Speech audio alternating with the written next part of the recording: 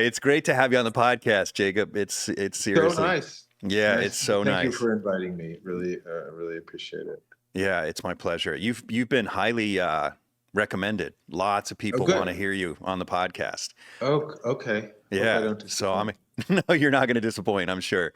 And I have so many questions because I was telling my wife when I got up this morning, I was like, man, I'm interviewing Jacob Collins today. And she goes, who's that? Because, my wife doesn't know anything about artists, right? So I was like, well, he's only the founder of the biggest art atelier in the world, or probably the most famous art atelier in the world. Oh, that's so nice that you say that. Well, I mean, I think that's a true statement. That's how I perceive it. It's not the biggest. Well, biggest meaning most well-known. Yeah, is what I meant to say. It's the most exciting one for me. I really love it, and I feel like we're successfully the most incredible talent magnet. That's what I'm just can't. Yes, you are. Yes, you are. Everybody shows up. It's just like they're just bursting with this like collegial passion and desire to join and get awesome, and then they do. Yeah, they sure do. And I've had so many of your graduates on here. Yeah. Oh, good. Yeah, and it's just amazing what you're producing out of there. When did you open it? It was like in the early 90s or something?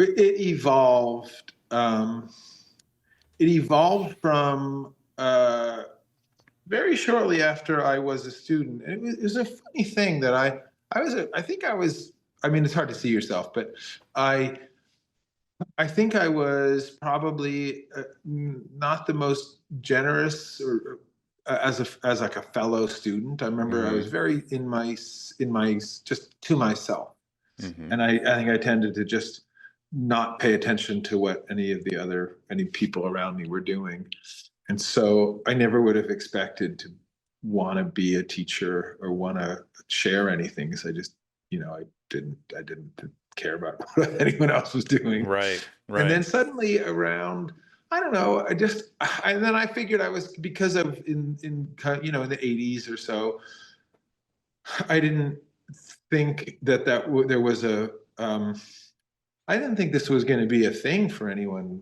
besides me. I growing up in New York, and everything was modern art, and anybody who there was people who are younger may not quite recognize it or know about it, but there was a very strong consensus that this was completely over, and this wasn't a thing that anybody could do. This as in traditional trying art. To regain a connection with how do you paint, how do you draw and paint, and how do you inhabit the spirit of that older art. Anyway, and so then when I started doing it, people started to come around and just want to hang around and be part of it, and just be part of my studio, and that just kind of happened organically, sometimes starting in maybe the very early 90s. So that would have been Water Street Atelier. That was, yeah. Well, no, the first one, I had a studio in Lower Manhattan. I think I'm moving around too much. Sorry. No, it's fine. Let me try to get right in the middle of the. It's probably a little backwards. Yeah, I'm getting confused. Every time I get too close to the edge, I move even closer to that edge. So that was Water Street, which was super great and exciting. I started around 96, and I had been having different versions that were less formal, less me being the teacher and more me just, everything's backwards. My hair Your hair looks great, man. So it was informal. I was very young, so I wouldn't have presumed to name myself a kind of a teacher of anybody else. But people start coming around, and it was a very fun scene. And so what does that mean exactly? You were one of the few realists in New York City, so people were just like, hey, can we hang out? Is I that what? can't. I don't think that's probably not true. I mean, looking back, there were people all over the place, but it's hard to know how it really was, how the world really was when you try to look back. Yeah. Um, there was, I don't know what it was. There was something about what I was trying to do and how I was trying to do it When you say you're that, trying to do you mean in your own work? So yes, okay, so at this point you had no vision for an atelier or an academy.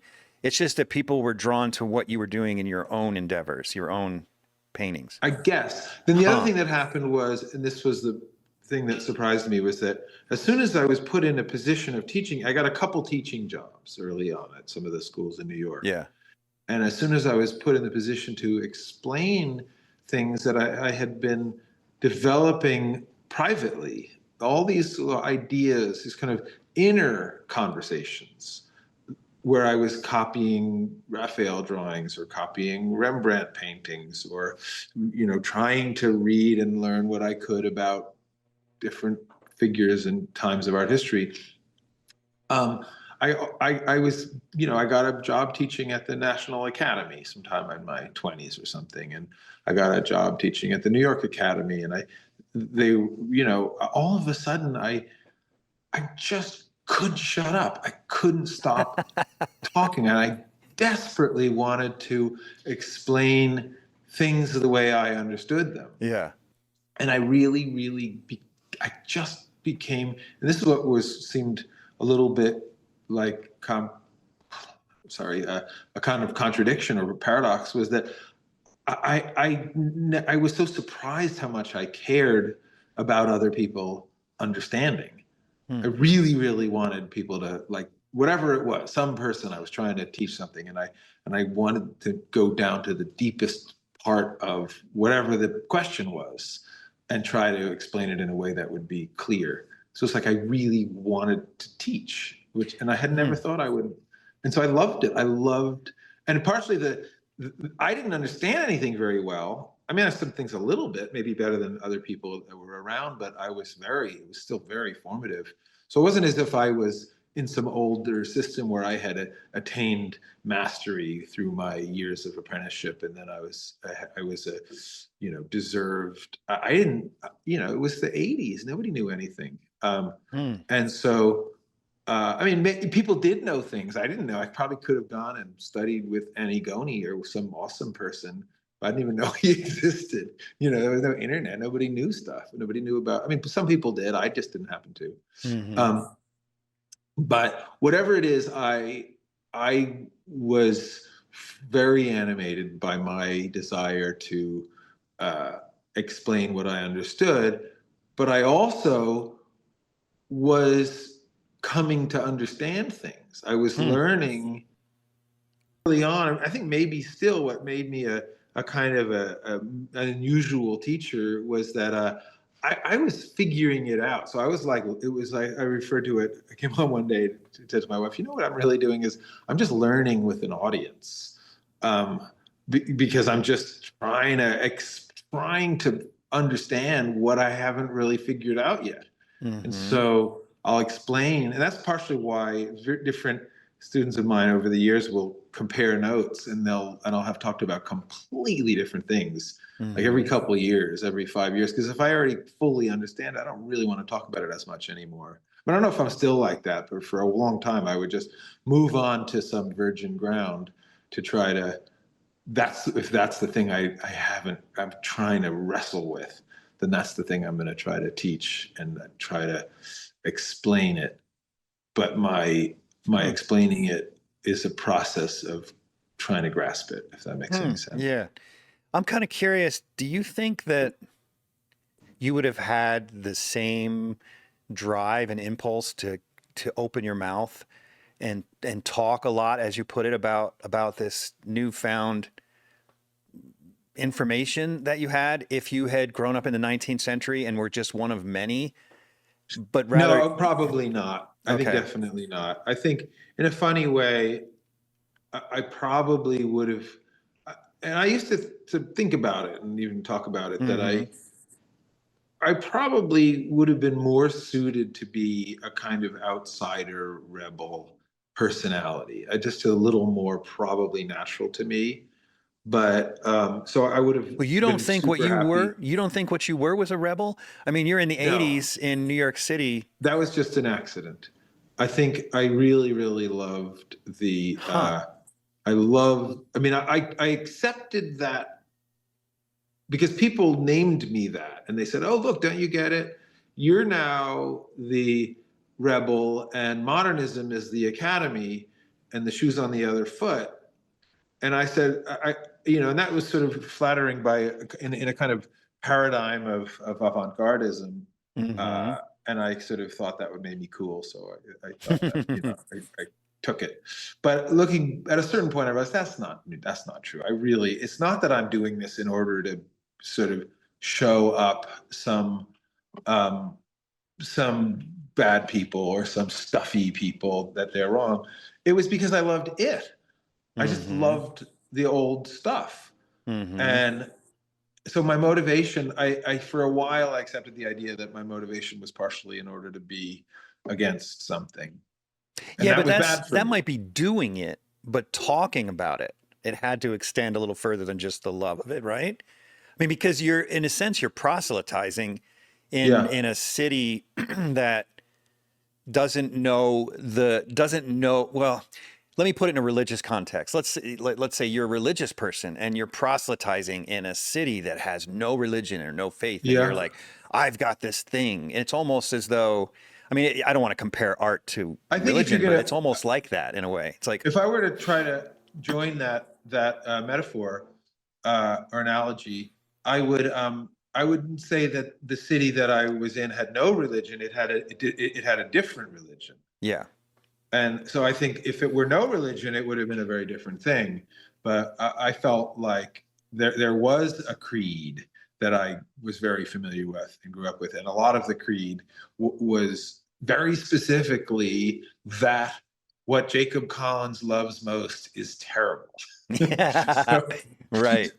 so, and that made me very unhappy. I was like, I felt persecuted. And of course, like people of my generation, everybody tells war stories about how they were persecuted. Um, but I also felt that the thing that I think it was more meaningful to me that the thing that I loved so much was being treated so badly. Like, or they would say, "Oh yes, it was Rembrandt is a master, or Michelangelo is a master," but that's only because he's all whatever 400, 500 years ago. But the thing itself, if a person were to try to do it now, you'd get told that that's bad, that's somehow it's a terrible error to try to do it Hmm. anyway. So there was a very strong belief, and it had a kind of there was a lot of zeal about it, and there still is, and I guess in some quarters. But so that Hmm. did affect me, and it did maybe to come back to your question, it made me feel adversarial in a way that Yeah. probably what maybe wasn't healthy. I don't think it's good for people to try to be against things or Right. define themselves by what they don't like. And Right. that I did get caught up in that kind of partisan adversarial thing, and we're better because they're bad. I would think it'd be hard not to. It was hard not to, and I failed. Yeah. I mean, I didn't know Yeah. better, so I just got pulled into it. And later on, I thought that's not the thing. And then I realized that wasn't what I wanted to do. I didn't want to upend anything else. I just wanted to do what I wanted to do. But I felt besieged, or I felt the thing that I was cared about was besieged. And so then you have to. There's a kind of a fine line to walk to try Hmm. to passionately support something that other people are unfairly condemning without then wanting to condemn them in return. To just, How long did it take for you to start to see that in yourself, to see that well, I'm still rebellion and working that on it. pushing back? Yeah, I guess we all Yeah, I'm are. still working on it. It's hard, but I'm trying to be, just like you find the thing, and especially because I have a kind of. It's funny that you put your finger on that right away. I do have a kind of evangelical instinct. I wanna. I love this, and it feels deep and meaningful, and I want to Hmm. do it, but I don't want to just do it. I want my doing it to help to get other people to love it and have it to embrace it and appreciate it. And then I want to talk Mm-hmm. about it. And so that I have a lot of that. And then when you have that, you find yourself, you can get, caught up in kind of negative spirals. Yeah. So I don't know. It's still a thing, but I think there has been in the larger climate, I think a kind of uh, a little bit of separation. I think the like unitary culture of the art world. Because remember, I'm pretty old. I was like a kid in the '70s. Mm-hmm. There was a uh, much stronger sense that there was an art world and that there was nowhere else to be. Yeah. And I think whatever postmodernism, as it first in that period, was a movement of kind of a shedding the singularity of art culture and saying there's this, kind of breaking it up and saying everything. So it has a kind of a relativistic culture thing, which I'm not don't love, but I appreciate it. Mm-hmm. But then also the internet came along, and all of a sudden there's a million places, so you get a lot more pockets, and Mm-hmm. I like that. It feels healthy that people can exist in little pockets and not have to go begging to a single authority. I mean, it was as if there was like Alfred Barr, who ran MoMA for 50 years or something, and Clement Greenberg and whoever else were the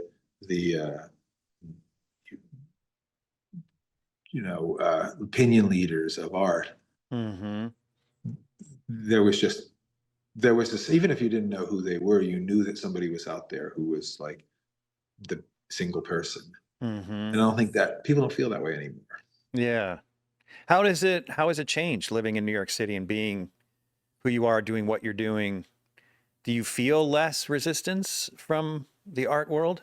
Yes, well, for one, I think I personally, I grew up not like in the art world, not like a fancy art world, whatever, but I grew up in New York with a world where it was like an old art world, like the art world of like the 1940s and 50s and 60s was the sort of, that world and then so the people that I knew who were teachers or friends of my parents, or there was the sense of, and people who are not around anymore, but maybe not that long ago, would rue the loss of the intimate scale of it, where everybody knew everybody. There was just a couple thousand people who were in the art world, and they whatever they had enormous maybe influence all over the world, all the Mm. different,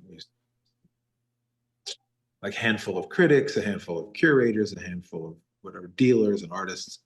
I didn't know any of those people, but I knew that was a relatively contained. And if you were trying to be an artist in New York, I think you were either part of it, which case everything was great, or you were trying to get to be part of it, which might have been a kind of desperate, hard struggle, or you were sort of unhappily cowering somewhere. Like all the older than me realists that I knew, who were maybe like a generation older or even just a little older, had so much, they were so upset. They felt everything was, and it was terribly unfair. There was like a thumb on the scale in their whole life, and they were wanted to do, and they felt, Mm. and they would see things that they thought were dumb or meaningless or stupid selling for tons of money. And but I think that cracked open. So to answer the question of how it's changed is, I don't think a person like me, I mean, a person, you could say I'm burying my head in the sand. It's like, oh, you're just not paying attention to the art world. But there's a lot of things I'm not paying attention to. Like, I don't know anything about, whatever, the ceramics world, you Mm-hmm. know. And if I were going to decide I want to expand the purview of my interests, then I could go and learn all about contemporary Raku pottery and the people who are the real masters of it. That's a whole world. I don't feel why I should be more obligated to learn about the artists showing as That's a Werner and good Wirth point. That's a good than point. I am to learn about, contemporary, Persian traditionalism. People trying to re-inhabit the world of Mughal painting. I mean, I don't know if there Hmm. probably are people doing that who are, or whatever. There's a million things. And you Yeah. can't know about all the things. You can just know about some of the things. So at a certain point, I realized I don't want to be against it. But I think partially because of some of the changes in the culture, there was a freeing which made me feel like, well, I don't have to be unhappily prowling around the edges of it, but nor do I have to be uh, uh, trying to get in it. Or I think that's just a different world we live in. So that's a Mm. different thing. And I think those old timers that I knew who were like, people that I would either maybe study with here and there, or just knew who were trying to do realism in the 1940s, 50s, 60s.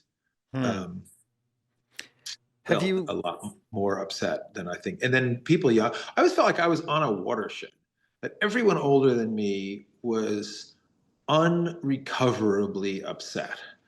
And everyone younger than me was kind of blithely ignorant and didn't know or care. And you'd ask them about some supposedly important uh, modern artist, and they wouldn't even know who it was, and it wouldn't be an issue for them. And I felt that people of exactly my generation were sort of, you could go either way, and I felt like I sort of Mm. went both ways at different times.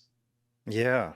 So, in your evolution in making peace, I guess, I mean, correct me if Uh-huh. that's a Whatever bad, that word is, yeah, yeah, who knows? Yeah. is sort of making peace with the contemporary art world or modern Mhm. art world.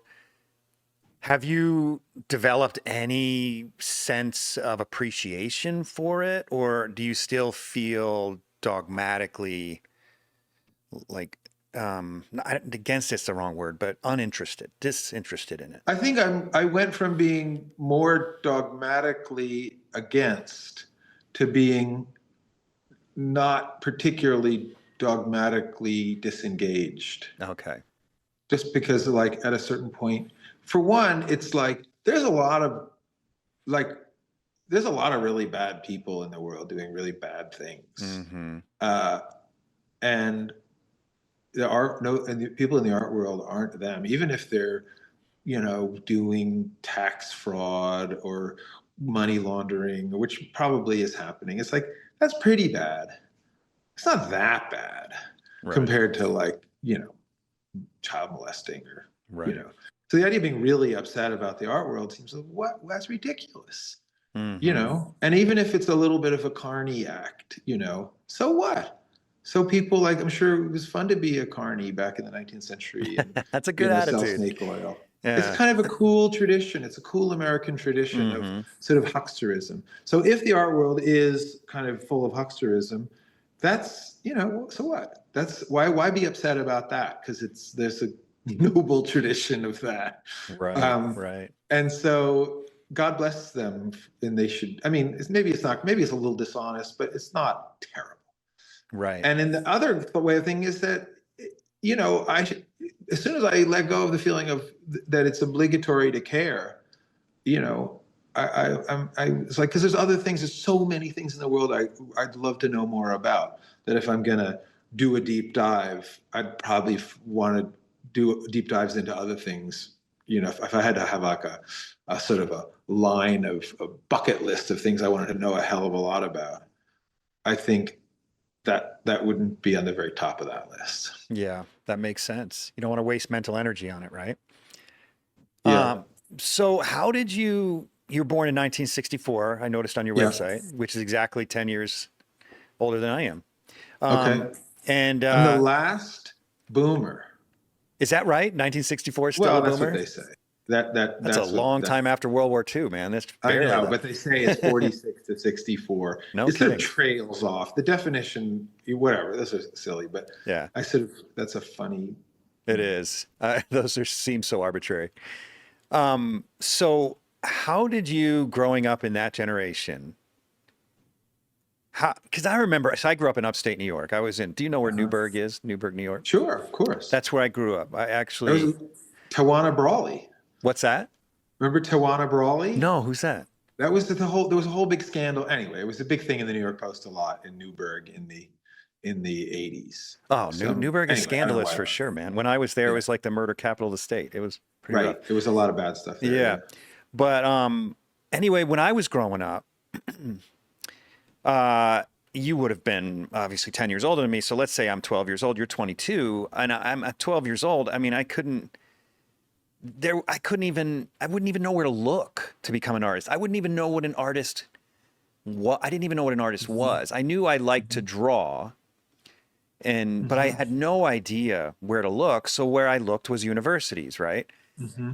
Which was not a great idea for me. It didn't work out Hmm. for me. But you are in New York City. You're seeing all this avant-garde work, and somehow you managed to create a path for yourself and figure out how to become what you've become, how to learn how to do this thing. Hmm. How in the world, first of all, how in the world did you find that path? How did you know that the path even existed? And also, Hmm. what was that path? I have no idea. How did you figure it out? Um, Gosh, I wonder about that. Like tons of people like you and me, there's this sort of finger thing where you have a nervous energy Mm-hmm. and you want to do stuff with your fingers. You want to make things. So like, draw, make little things out of wood or whatever. It's like Yeah. that's just one of the ways people can be. Some kids are like they see a ball and they just like you get friends who have a little kid and they just like want to throw the ball. They want to throw the ball. They want to catch the ball, and they what where they kids are humming all the time. They're singing. I have some kids like this and they're just humming and singing, and then as soon as they start to play an instrument or whatever, it's just like they have to be doing that. So then there's the ones who are like wanting to draw and Mm-hmm. make little models, whatever, crayons, little. So I was one of those. I'm sure that you were, and Mm-hmm. tons of the people listening were that.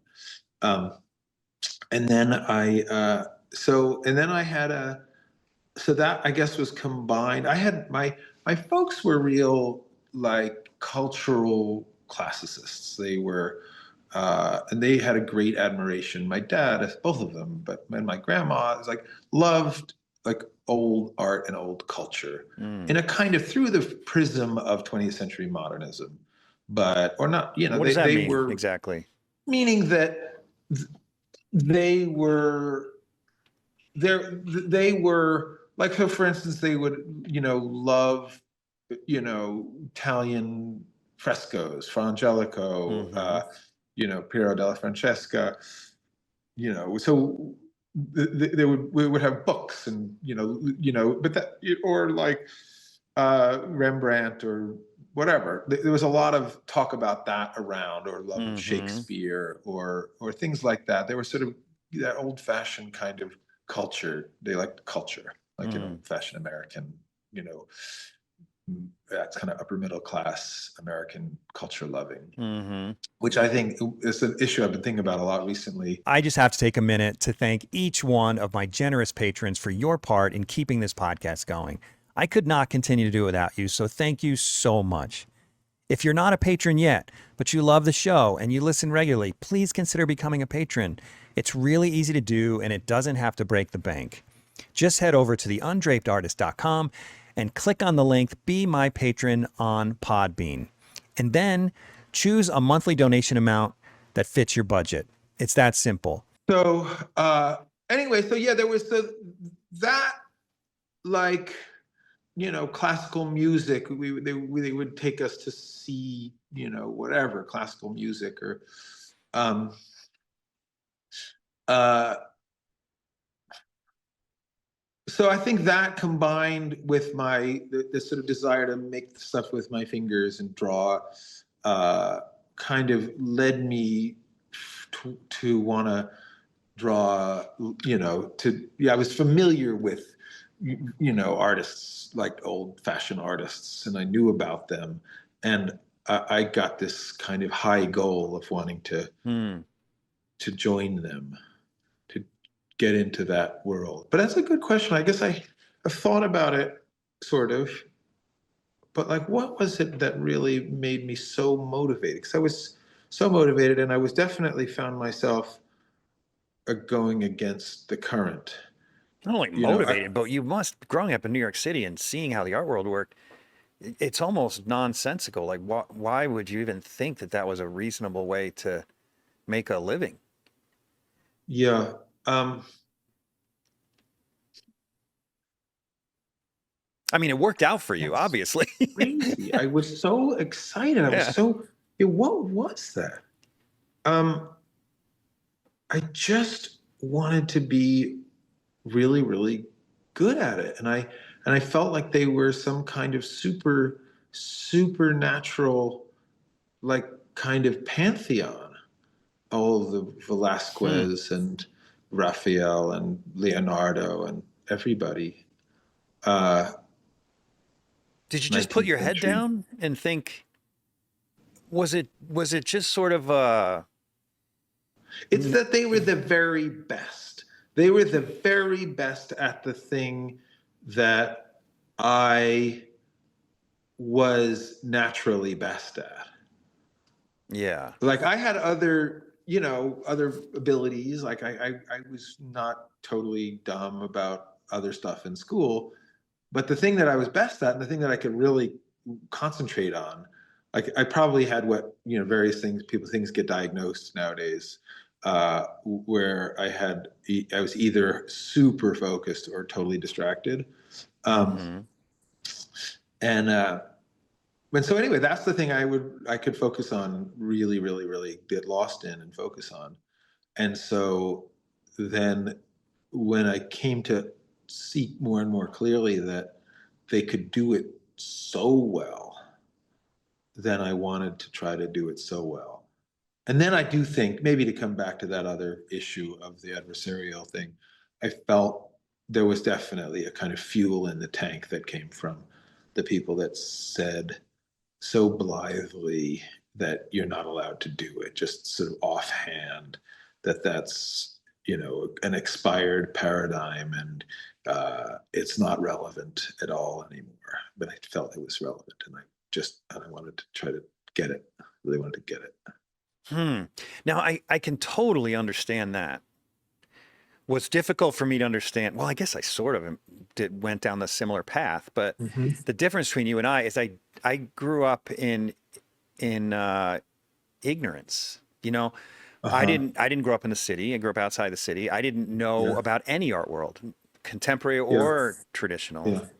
So I kind of went after it, not even knowing what I was going after. I just wanted to quote unquote do art, right? Right. So how did your path go? How did you Well, I ended up going to university and stuff, and uh-huh. and I eventually had to sort of teach myself Did because you do a fine art or yeah, illustration program?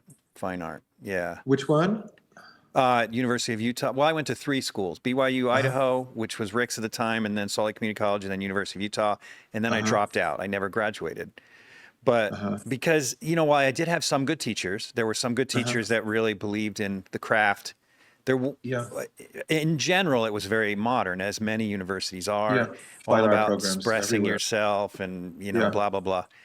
So, but for me, I didn't quite have the same experience you did, from what it sounds like, where you knew the power of and the influence of the blue chip art world, and perhaps even the insignificance of the traditional art world.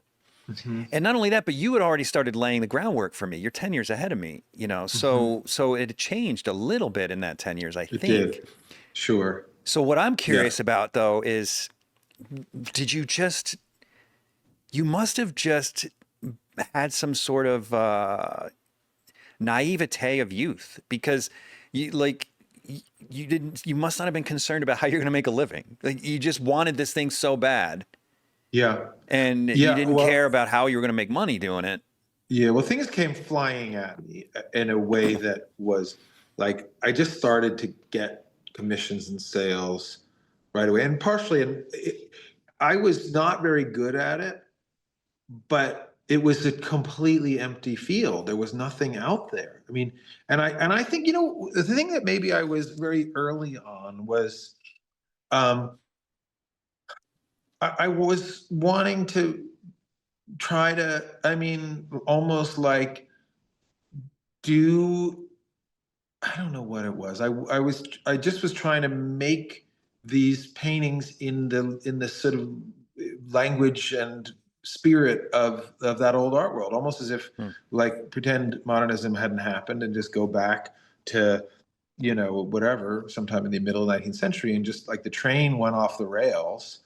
And I'm just going to go back and try to get the train back on the rails and just kind of, hey, look, there's that. Just start to go forward from where things had once been. And then, I think people started to see the things I was making in like the 80s and 90s and they want to buy them. It felt very unusual in a way that it doesn't feel so unusual anymore. And so I sold, I just was like, right away, I was just like selling, and I got these like really great galleries. It was all like, it was just sort of one of those right time at the right place things. I got these commissions to paint like super big shots, and I was like, just, my mid-20s. And I didn't know how to do it very well. So a lot of what I tried to do was just like learning on my feet. Um, yeah. So Hmm. that just encouraged me, and that uh, pushed me along. Hmm. Um, I don't know if I had met with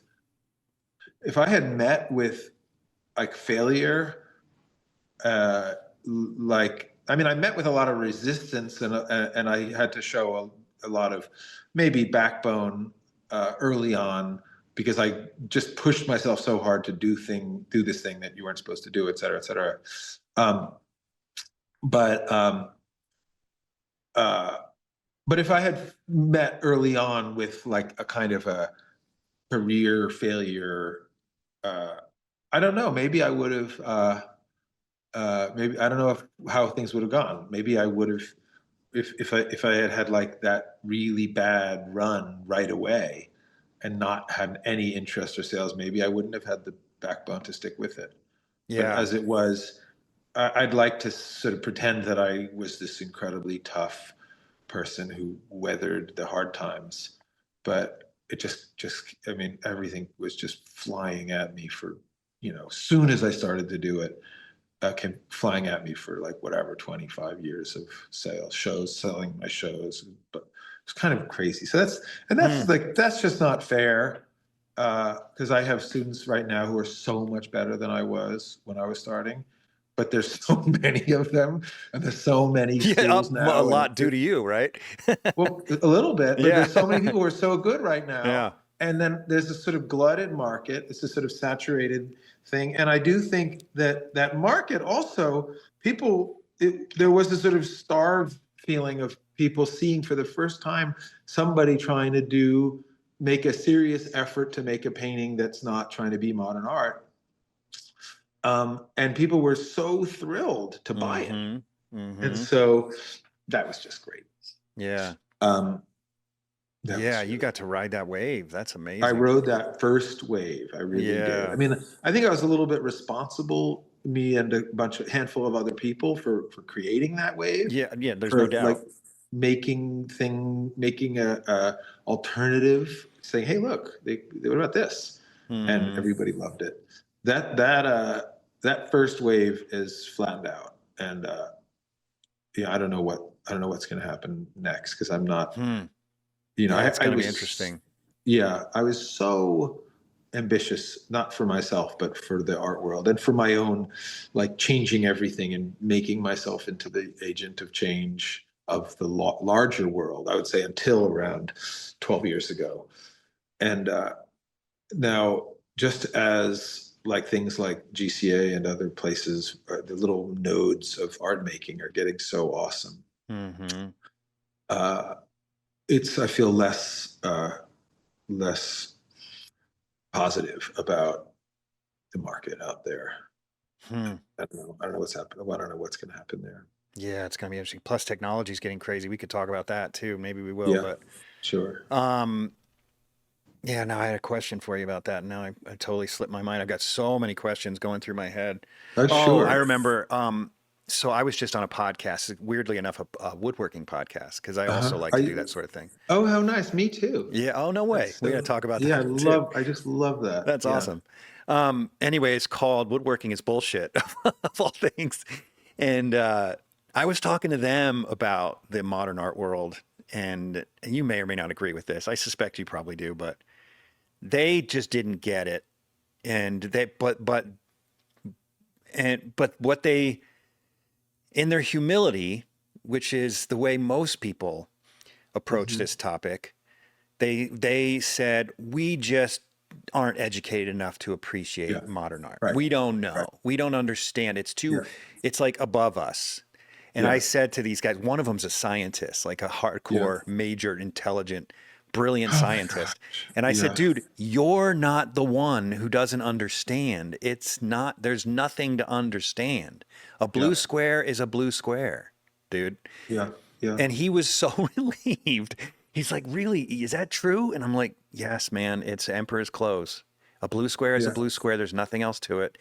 Well, there And is other stuff to it, though. I mean, I okay, don't so I'd necessarily love to think hear that. that the art world, I don't think they necessarily, I think that just because they're probably full of shit doesn't mean that, like, the opportunity to, like, I mean, look, you can stare at an old plaster wall, and if you stare at it long enough, you can find it interesting and beautiful.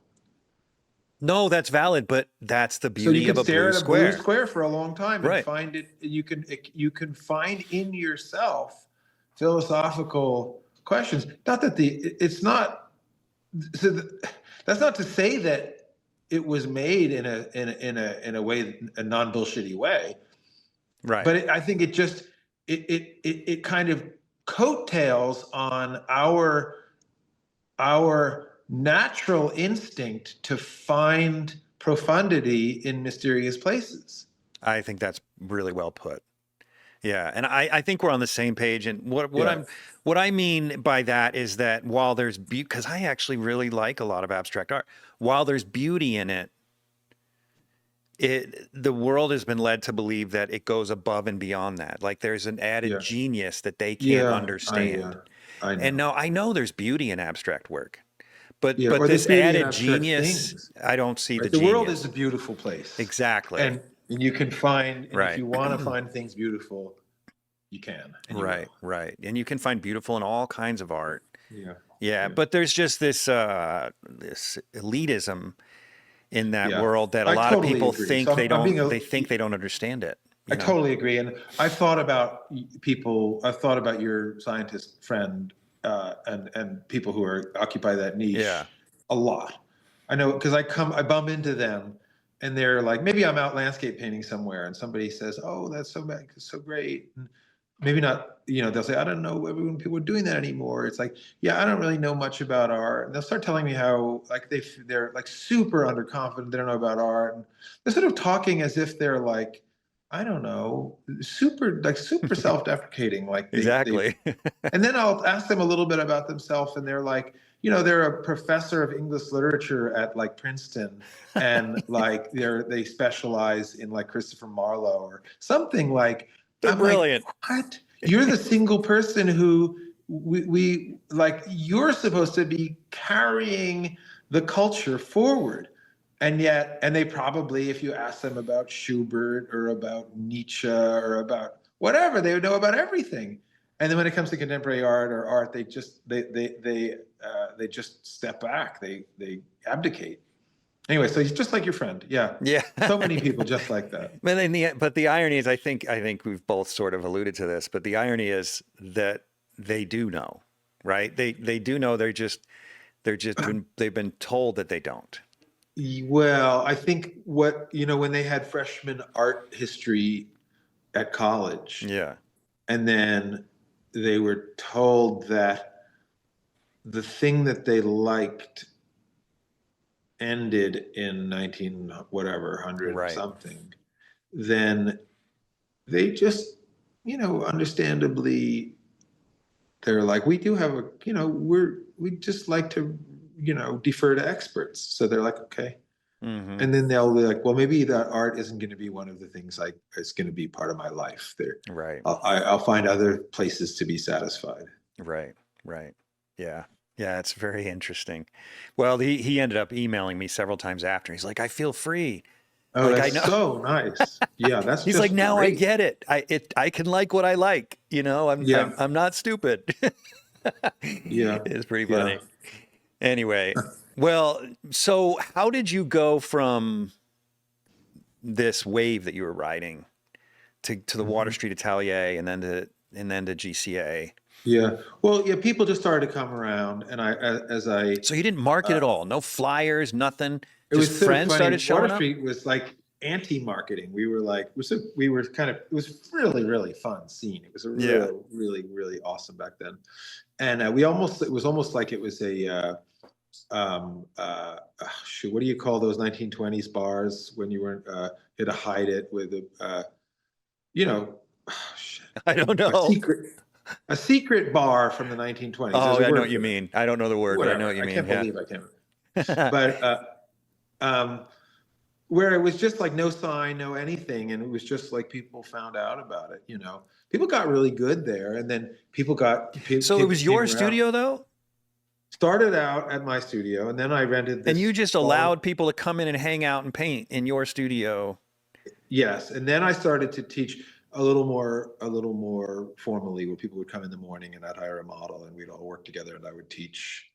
Um, and that Hmm. was then I had a studio in Brooklyn also, uh, and then But in the beginning though, did you welcome them because you crave the companionship in this endeavor?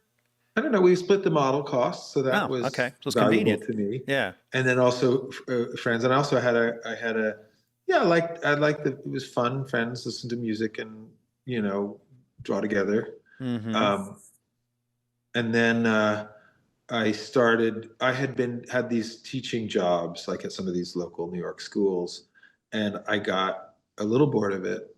And interestingly, so one of my students back then was Juliet Aristides, Mm-hmm. who is a really, you must know her a Of little course I bit. do. She's on my list to She interview. Yeah. Okay, she's a really, really remarkably bright person and Mm-hmm. very, very passionate. And she was super young. I mean, everybody was super young. Um, but so on the subway one day, uh, she says, Jacob, in that really intense, she's very intense. She was even more intense back then. She was like, you should start an atelier. And she had been out in Minnesota, I think, for a little bit before she came. So she was one of those super formative people who came into my little orbit, my Water Street orbit. I had And no idea. Okay. and she was full of knowledge. She had all of these like samizdat publications, Xerox copies of 19th century manuscripts that she had, and she would share them. And she's a very, very scholarly person. Mm-hmm. She was had a million ideas to talk about, and so she wanted me to start an atelier, and that was the first time So I why thought did of she it. want you to? Why didn't she just do it? She did, but Well, she maybe I did in was San Francisco. That's right. Right? Was it San Francisco? in Seattle. Seattle. Yeah, Seattle. Okay. yeah. That's true. Okay. But maybe I was a little older, and Mm-hmm. I had a school. I was teaching at some of these schools in New York where I had these super oversubscribed classes, which was like everybody wanted to come as my people were getting really good, and partially I was teaching a very circumscribed method, which not that I had really learned it anywhere, but I had cobbled together a method. And it was in a time when everybody that most people ever studied with was super anti-method, and everything was Mm-hmm. like formulas are bad and real artists don't have formulas, real artists break all the rules. And I had one of the things that I had sort of passed through is this stage of feeling for myself that I certainly accepted and participated in the kind of glamorous romanticism of the artist is a genius who creates out of the inner fire of his soul, and then amazing things come out. And if he depends on a formula, that means obviously he's not a genius. And so I but on the other hand, that was making me make just things that were incompetent, that where the drawing was really bad, just that it was bad, and they were bad. And I didn't know how to do anything better. So then gradually I would sort of find little things that worked. Like one is like, what if you separated the drawings? I mean, it's so obvious nowadays, but it was like, for me, revolutionary. What if you separated the drawing stage from the painting stage? I mean, it's pretty obvious, but coming from the world that I knew, I was sort of seeing, whoa, that's crazy. And then what if you separated the proportion stage from the outline stage? And what if you separated the modeling, the tonal part of the drawing, from what if you separated the search for the structure from the search for the two-dimensional, proportions, whatever. And then what if you separated the painting into stages? That's all absolutely normal stuff, and it should have been normal to me. And if I had been a little more like energetic, I would have found people to properly teach all that stuff.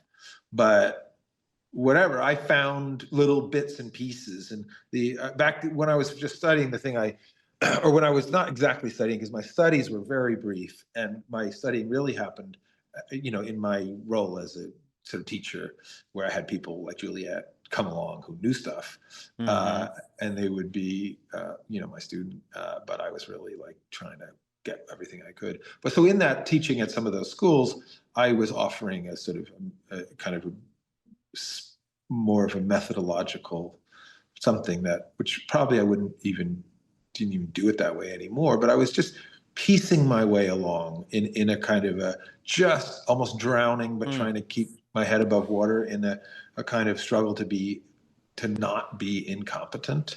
I mean, so much of my that's a good way of putting it. Yeah. So much of what I was doing was like, how do you not be one of those 20th century totally incompetent people? So anyway, so that got super popular. I was very excited to talk about it and to try to explain things. And so the class got really, really super oversubscribed. And it got a little nucleus of people that were like pretty serious and good. And so in this sort of, that's what sort of that conversation was about. What if you just took these people? And so then I took them to I stopped teaching at those places, and the people that were most exciting, we started going to my studio in Brooklyn, and I started to have this little atelier. Then that became. Who were some of these Water people? Street. Oh gosh, the people who were in there at the beginning was like, Juliet and Michael Grimaldi and Kate Lehman, Ted Minoff, Patty Watwood, God, I'm sure there's Sarah Lamb. That was pretty fun. It was pretty fun. That's crazy because I know all of those people. Yeah, they've all become something. It was very fun, and we all influenced each other a great deal. I was very, very lucky to be in the middle of it. So did you not get? From what it sounds like, you didn't go to a school at all. Is that I kind of did. Where is that? I mean, where'd you go? I went to regular college, and I studied history and whatever, philosophy and math. Okay. And then during the time when I was at college, I was sort of going on and off to this place called the New York Studio School, which is very, very distinct from the world that we are all living in now. And it really was the institutional legacy of a man named Hans Hofmann, who was incredibly famous and important in New York in the 20th century. He was a German emigre who worked in, I think, Munich and in Paris with a lot of those modernist artists. Like, I think he spent time with Picasso and with Matisse. And he came and was the luminary magnet and teacher and kind of inspiration for the whole, what people call the New York School, like, you know, de Kooning and Pollock and Frankenthaler and all those people who came out of New York. And that was the world that I was familiar with from my parents and my family, the people that I knew.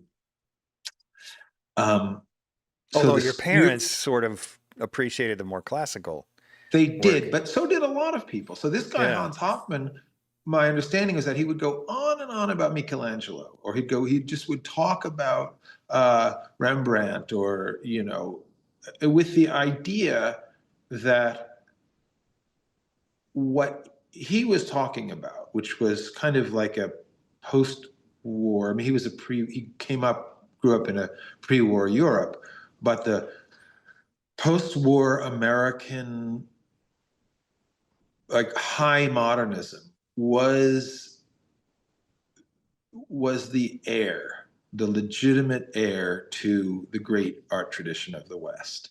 And that what people like Pollock and any of all those people were doing was essentially the inner truth of art coming out of the old tradition. Mm. So there was a lot of talk about, like, old tradition, and talk about, you know, Beethoven, and it was very kind of high culture. That world was it was very kind of high culture. Uh, so anyway, that school, but that school was you know, generally, when you look at it, it's just a big bunch of schmeary mess. You know, I So you mean, never got any academic training there. not there. Although later on in my kind of trying to assemble the shattered, it was like I thought of myself as like an archaeologist. Like, there was a big shattered Greek amphora that Mm-hmm. I was wandering around a field picking up pieces, and each of those pieces fit with the other pieces. And all the people, or I would come bump into people who each one had a piece. And I felt like I was bumping into people who had a piece of it, who knew it was amazing and were cherishing that piece as if that piece were the thing itself. So, like, the fractured elements of the painting tradition had fallen each of the fractured pieces into the clutches of somebody. So, like, these people they talked about sort of composition, almost in a metaphysical way, sort of compositional thrusts and forces, and creating like a kind of, there was always like this language of like respect for the picture plane, all very sort of metaphysical, which is of course very vulnerable to bullshit. Right. But I don't know. So later, and there was a couple people there, and they had in some ways they had the right attitude. So, you know, high modernism, and a lot of those people, there's a lot of anger in the whole art world, but a lot of them never recovered, because when this sort of phenomenon that I guess you might say became postmodernism first popped up in, like, with people like, you know, Warhol, and, you know, uh, it was making fun of art.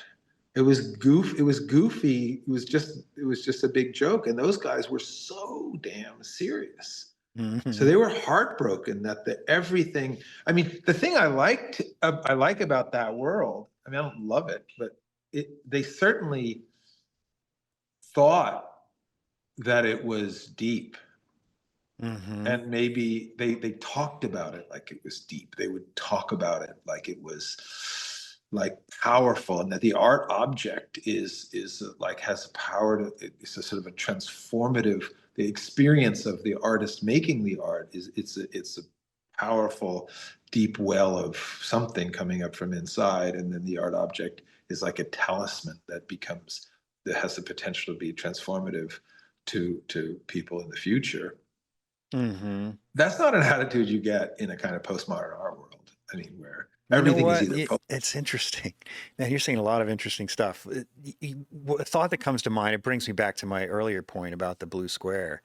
I could say the same thing about realism. And what we're doing or trying to do, I should say I'm trying to do, you're doing well, but is that sometimes we take ourselves too seriously, you know? But I And don't think they took themselves too seriously. I like how seriously they took oh themselves. yeah, I don't know. I sometimes I, think that even realists do. It's like, it is just a craft. Like, well, you know what I it mean? is. It is. It It's an is. important But craft nonetheless, but sometimes I think yeah, you can get you can get lost. lost in it. Yeah. Yeah. So yeah. So I think there was the thing. I'm not a huge whatever. I moved on. I moved on from it. But there was something, and I guess I was sort of thinking about some of those elements that later on, you know, I realized had gotten in there. Like when when you're studying, you don't know sometimes things go in there and bounce around for decades, and later on, you find yourself thinking about them again. Yeah. So, Yeah. but then in terms of other training, after college, I had a brief period of about, I don't know, like a year, just like a year and a half where I studied with different people and I was completely starving for learning things. I really had a lot of kind of autodidactic. Um, I had some people that were great. My grandma was an artist and she was a very uh, lovely, wonderful, very thoughtful, and influential to me. So, and she was a good draftsman too. Hmm. And then I had some other teachers. I had a guy in high school who drew well, and we did. He was a good teacher. Um, I wouldn't say exactly academic. Wow, that's not what I Um, expected at all. For some reason, I maybe it was from Micah Christensen. I think you know Micah, right? yeah, sure, great guy. Yeah. Yeah, he's awesome. I I could be wrong, but I was under the impression that you were of some lineage, like the same one as Graydon Parrish and various other artists. But I guess I was. I don't I know don't where know I got that what from. Graydon's lineage is. Yeah, I'm trying to think. Oh, in terms of studying, I studied. So Graydon's mentor. I don't want to Right. speak for him. I don't want to get it wrong, but it is a guy named Michael Aviano, who was a super teacher, and I studied with him. And who And would I Michael was Aviano's teacher and be? he studied with Riley at the League probably back in the 50s. Okay, Or, that's what or, I or was maybe referring Frank to. Vincent Dumond. I Yeah. think Okay. Dumond and Riley were teachers at the League, and I think Michael studied with both of them. Okay. And Okay. then I studied also with a guy named Ted Seth Jacobs, That's the one. who Ted Seth okay. Jacobs. Okay. So and I Graydon also studied with him, and I studied with him for maybe like I was in his class for about a year, and I went to France and studied. Did We you had get much from that? a lot, yeah, Did you? a Okay. lot. I was kind of I was in a state of compression when Mm-hmm. I met all these people. And so Ted's sort of main chief student and kind of great, wonderful studio leader was Tony Ryder, Mm-hmm. who was a super guy, and I spent a lot of time sort of talking with him. He was, a couple years older than me, but we were students together, and he was he was really influential. So during that period of like 87, 88, I got a lot, and I sort of I had been drawing from life in figure studios and getting essentially no actionable instruction, although I definitely got things from various people that were valuable. Mm-hmm. But because I was my eyes were open I had been looking and absorbing, drawing the model and trying so hard. I was copying at museums and I was constantly painting anybody, my self-portraits, my family members, anybody, and trying to figure it out. Mm-hmm. So that when I bumped into Michael Aviano, Ted Seth Jacobs, and Nelson Shanks, I was very sort of ready to absorb it all. So it was That's about a great. year, just about a year of studying with a whole bunch of people, and Okay. then in a kind of very hubristic way, I felt like I didn't need to study anymore. That I was, I was like, I'm a master now, and Yeah. so I then sort of launched into, and I look back at the things I did at the time when I thought I was so good, and whatever. I mean, uh, I have one of those. I did a portrait of my wife when I was in my early 20s when we were first married. And I remember thinking, "Psh, no one will ever do better than this. I'll never do better than this." It's a yeah, terrible portrait. I know It's it's just funny. so funny, the hubris that we Yeah, have as young people. It's like yeah, we're which is blind. useful. It is Yeah, useful because it makes you crazy. it made me. I worked so hard because I Yeah. thought I was so good. Mm-hmm. I thought I better work hard because I have a responsibility to make all these paintings because I'm so good. But that Yeah. made me work hard. It made me Yeah. learn more, and it made me, and then it brought. And it makes you I think fearless. the fearlessness and the energy made Mm-hmm. me, to some degree, magnetic to other people who maybe were a little more humble, but had tremendous talent. And then that was the laboratory that really became my training. Mm. Was the early years of Water Street, and even still, like people who come to GCA, I'm learning an awful lot from everybody because people they bring an awful lot, and they're really really excellent. Mm-hmm.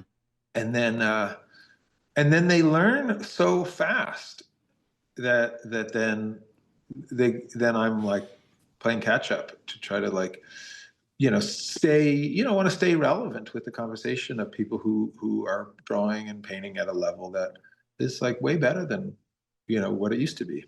Yeah. It really But is that's been remarkable. going for the whole time. So it's So been GCA started in what year? Water Street, I went from one studio to another. Water Street started in 96. Mm-hmm. Uh, then GCA started in 2000, I don't know, 5 or something. 96. I moved to Utah in 97 to go to school and Oh, study art, and you were 50 just so miles it would away. have been so fun. You was 50 miles away. Well, if you would have accepted me, I can't even imagine how different life would have been. Oh my 50 miles gosh. away, and I went Yeah, 2,000 miles across the country to yeah, go to university. yeah. It's It was cute. funny. It's ridiculous. But no, the internet wasn't, no, it was really hard to You find didn't people know like you. anything yet. Yeah. Yeah, yeah. So I don't know how people found us, word of mouth. Often people would like go sit in on like some open studio, Hmm. and my students who were started to get, by the standards of the time, really good at drawing, and the person next to them would say, "What? How do you do that?" And it's like, "Yeah, we can all do that." Yeah. The person who they met would then come over and say, "I want to be part of this." Yeah. Okay, sorry to bounce around, but you're saying so much good stuff that I'm getting all these thoughts in my head. Yeah, So sure. one thing I wanted to go back to, when you were at the university and or the forgive me, I can't remember the name, that art school, New that York Studio School. New York Yeah. studio school. Would you say that the thing that you took from that was composition, that you appreciated their sense of elevating composition, the importance of composition? Yeah, Is I that would what you were say getting that at? there was a lot of conversation about composition, and also interestingly, there was a guy there named Nick Caroni who I Mm-hmm. liked a lot. He was a very very kind of energetic, kind of cool old guy, and he liked me a lot. And he was one of the not that many teachers who really got a kick out of me. And like, there I would like, there was a big show at the Morgan Library that had all these like Raphael drawings in it. And so then I went and got red chalk, and I was like and I went and bought, kind of creamy, like old fashioned, laid paper. And I was trying to make all these Raphael drawings because I love them. And I mean, you can imagine how hilarious that was in like Mm-hmm. in the early 80s at a New York He's like, modern. wake up, man. Everybody's like, "What the hell?" So some of them were so mad, and then, Yeah. but this guy was like, he just thought he was super. But he also was like, so his own work was like very modern, whatever. But that whole world, it's like a whole different world of what. But he was very interested, and he liked what I was after, and he wanted to talk about stuff. But he talked a lot. He was, the school at this point only had a few of the old Hoffman students left.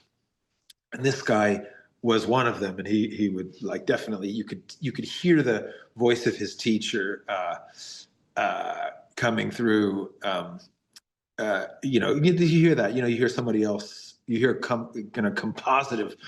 composite of personalities sometimes when people speak. Mm-hmm. And then you felt like anyway. So he was coming with this, and the thing was a lot of talk about sort of rectangles and overlapping rectangles and rectangles sort of pushing into each other and pushing in space. And that was one of those things that later on, when I started to study 19th century structural anatomy, like the structure, the thing that remained so healthily intact when we all became aware of like the Russian school, 20th century Russian school, which had been visible to us. And all of a sudden these books started to appear. And there was all these amazing understanding of planes, this like the planes, the structure of planes. And that was so when I was mentioning that there was people who were like cherishing fractured pieces, I was like, well, this came from somewhere. I mean, it was a real passionate feeling of like planes, like understanding the figure in a completely abstracted way as a series of like intersecting and interlocking abstract planes. And then almost extrapolating that sensibility outward to the picture's edge, and to think of the entire picture as being this kind of almost violent collision of planes, and where the understanding of the plane is that planes, you can conceive of them as existing in three-dimensional space, like in an Albertian perspectival matrix. But at the same time, there's another, and this is very cubist, where these guys came from.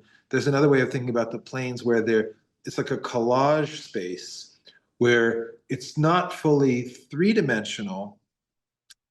Like a mosaic. Because, sorry? Like a mosaic. But a mosaic, everything is next to each other. Right.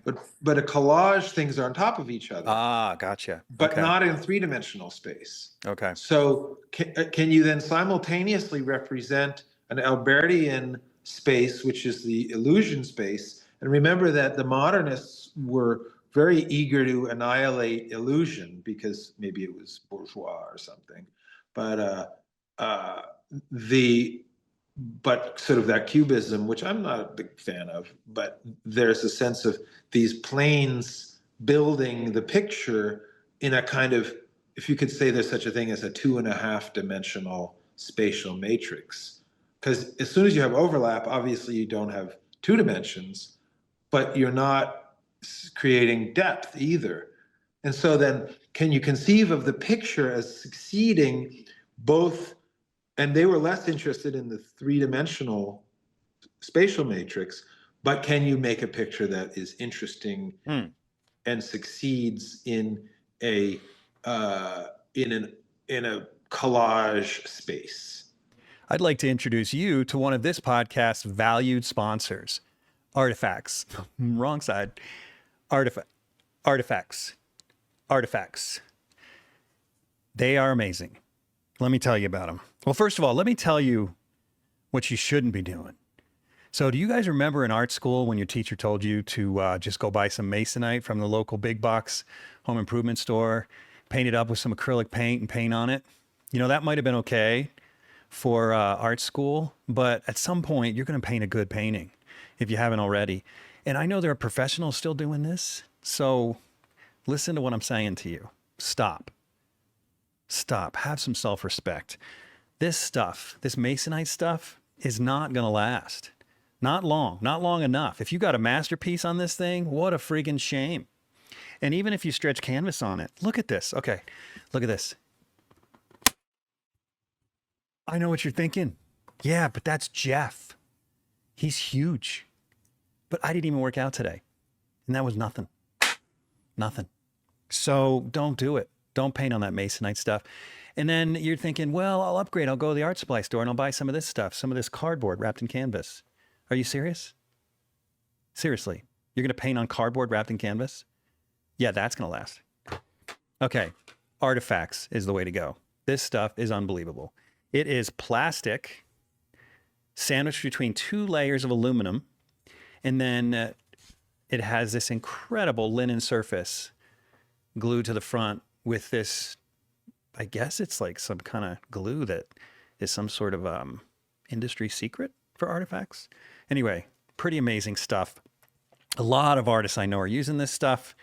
It's high quality. It'll last you a lifetime. It'll last many lifetimes. So for your next painting, take yourself a little more seriously. Go to artefex.biz and get yourself some serious substrates to paint on. That's ARTEFEX.biz. Okay, maybe you could expound on this a little more. I'm not sure I understand. It might be a semantic thing.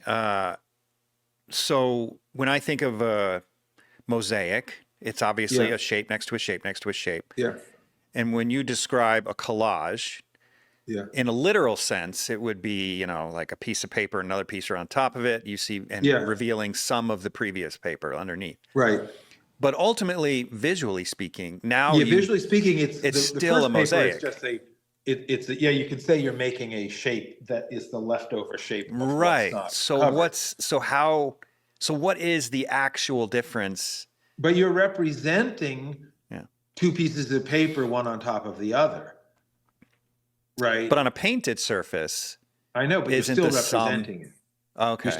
A person looking at it will say, they won't say, oh, there's a rectangle and then there's an a L weird shape next to it touching it. They'll say there's one rectangle on top of another. So it's the suggestion of overlap on a two-dimensional surface. Okay. Yeah. And then it's also the idea that sort of these shapes on the surface of the picture are like pushing. They use words like, I mean, it'd be fun for me to talk to somebody who really is deep in this, because it's been like 40 years. Yeah. And so they would talk about push and pull. Like there's like kind of jargon, you know, everybody's got jargon. Yeah. And so but anyway, I think that all kind of went in. And later on, when I started to think about planar construction, like trying to conceptualize the wrist or the axilla, in a series of planes, like some of the people who got involved in GCA became like just spectacularly good at like creating sort of structural metaphor. And that had a lot of influence on me. And I remember feeling like, wait a minute, it's like a deja vu. It's like, I kind of been here before, but it was totally different last time.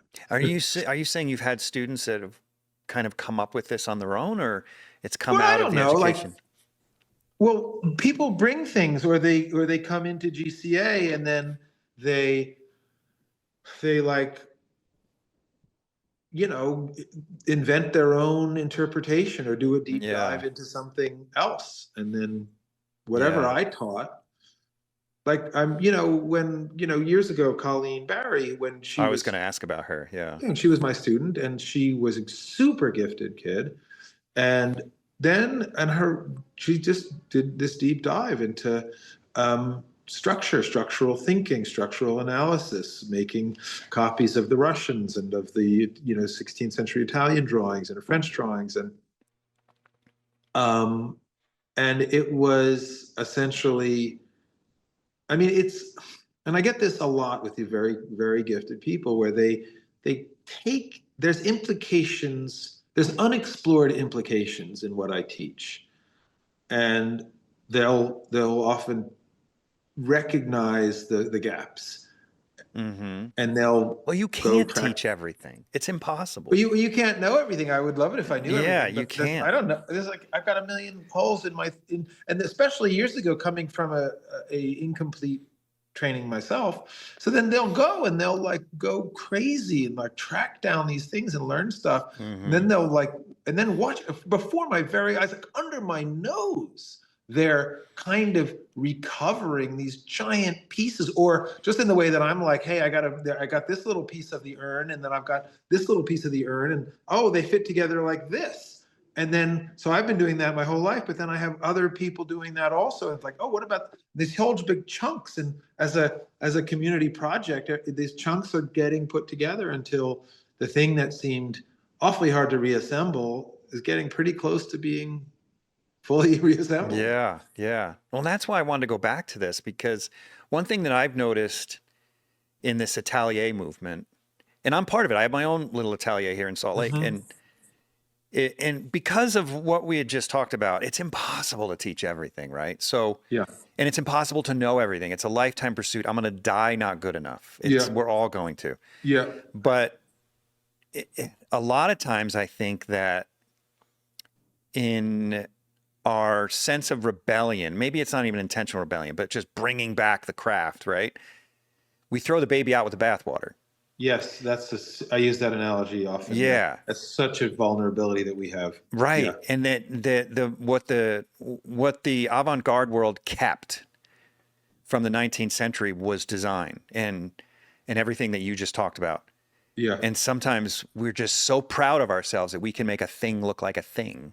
Yeah, I know. That's the true. end all, right? But Yeah, then you get people yeah. like yourself, Colleen Berry, lots of other people that have come out of your school that have figured it out. Like they've sort of brought those pieces back, as you put it in your metaphor.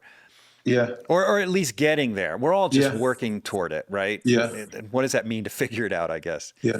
Yes, right. It's so true. So I consider like the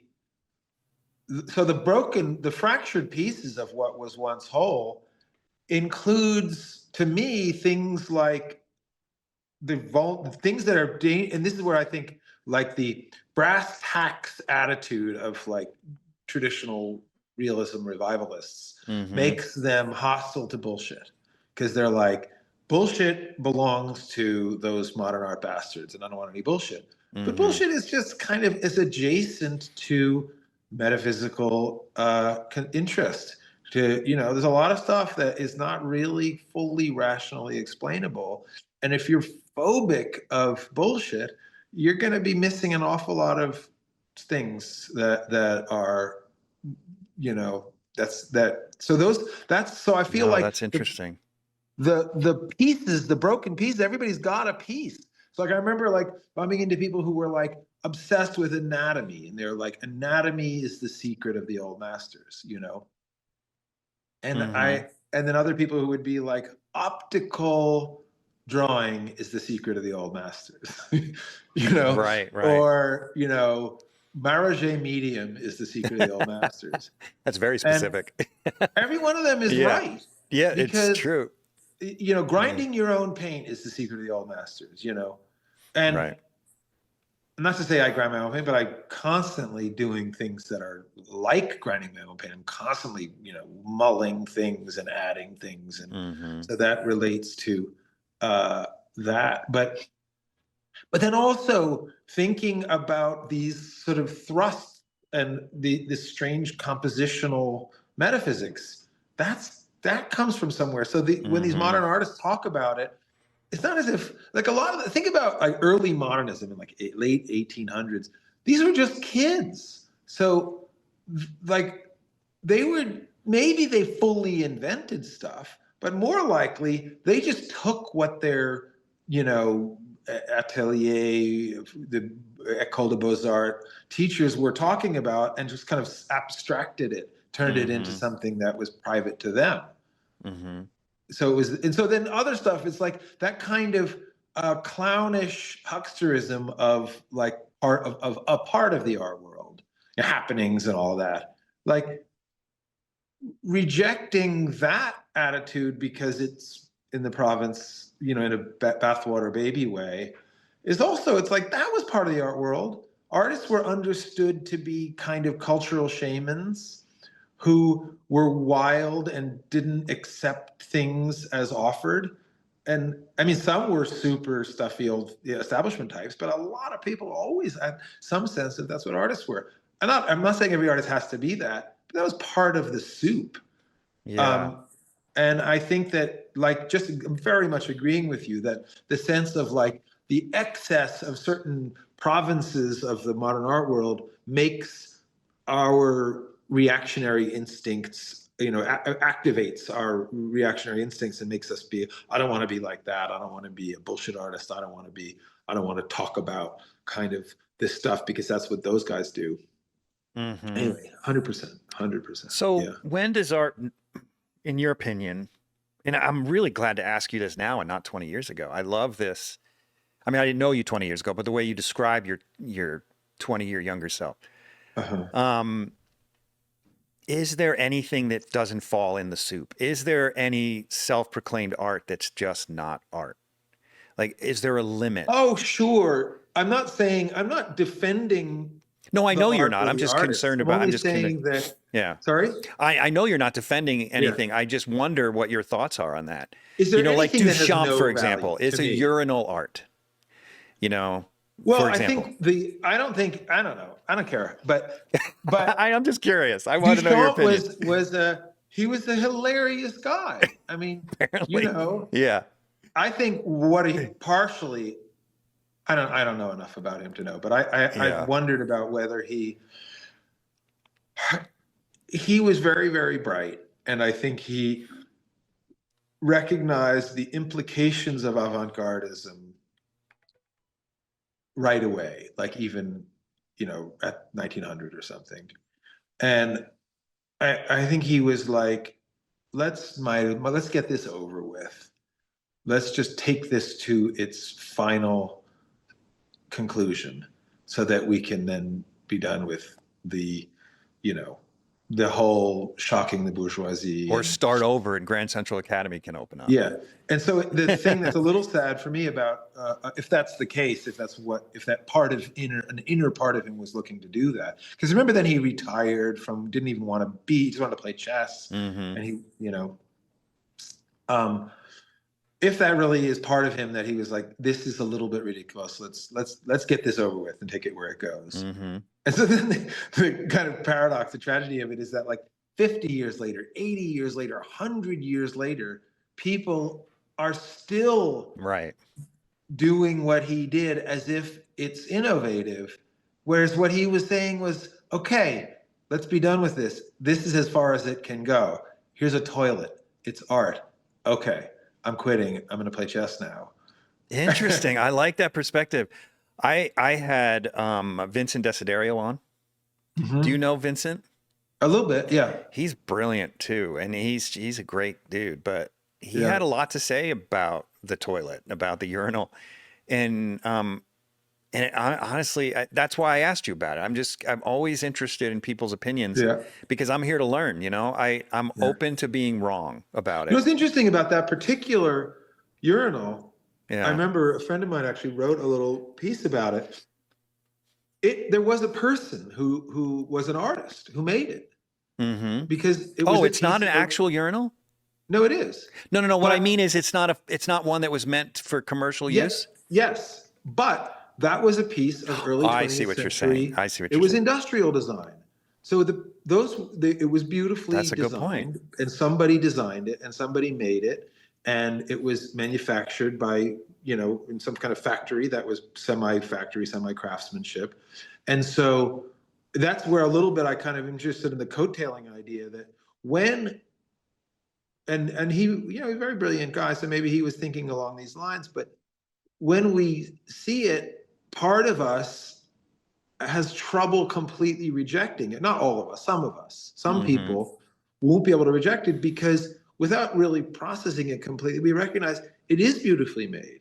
And it is beautifully designed, as industrial design from the early 20th century was almost, American industrial design was unbelievable. There was so many, everything you see like coming out of that time were beautifully designed, beautifully made.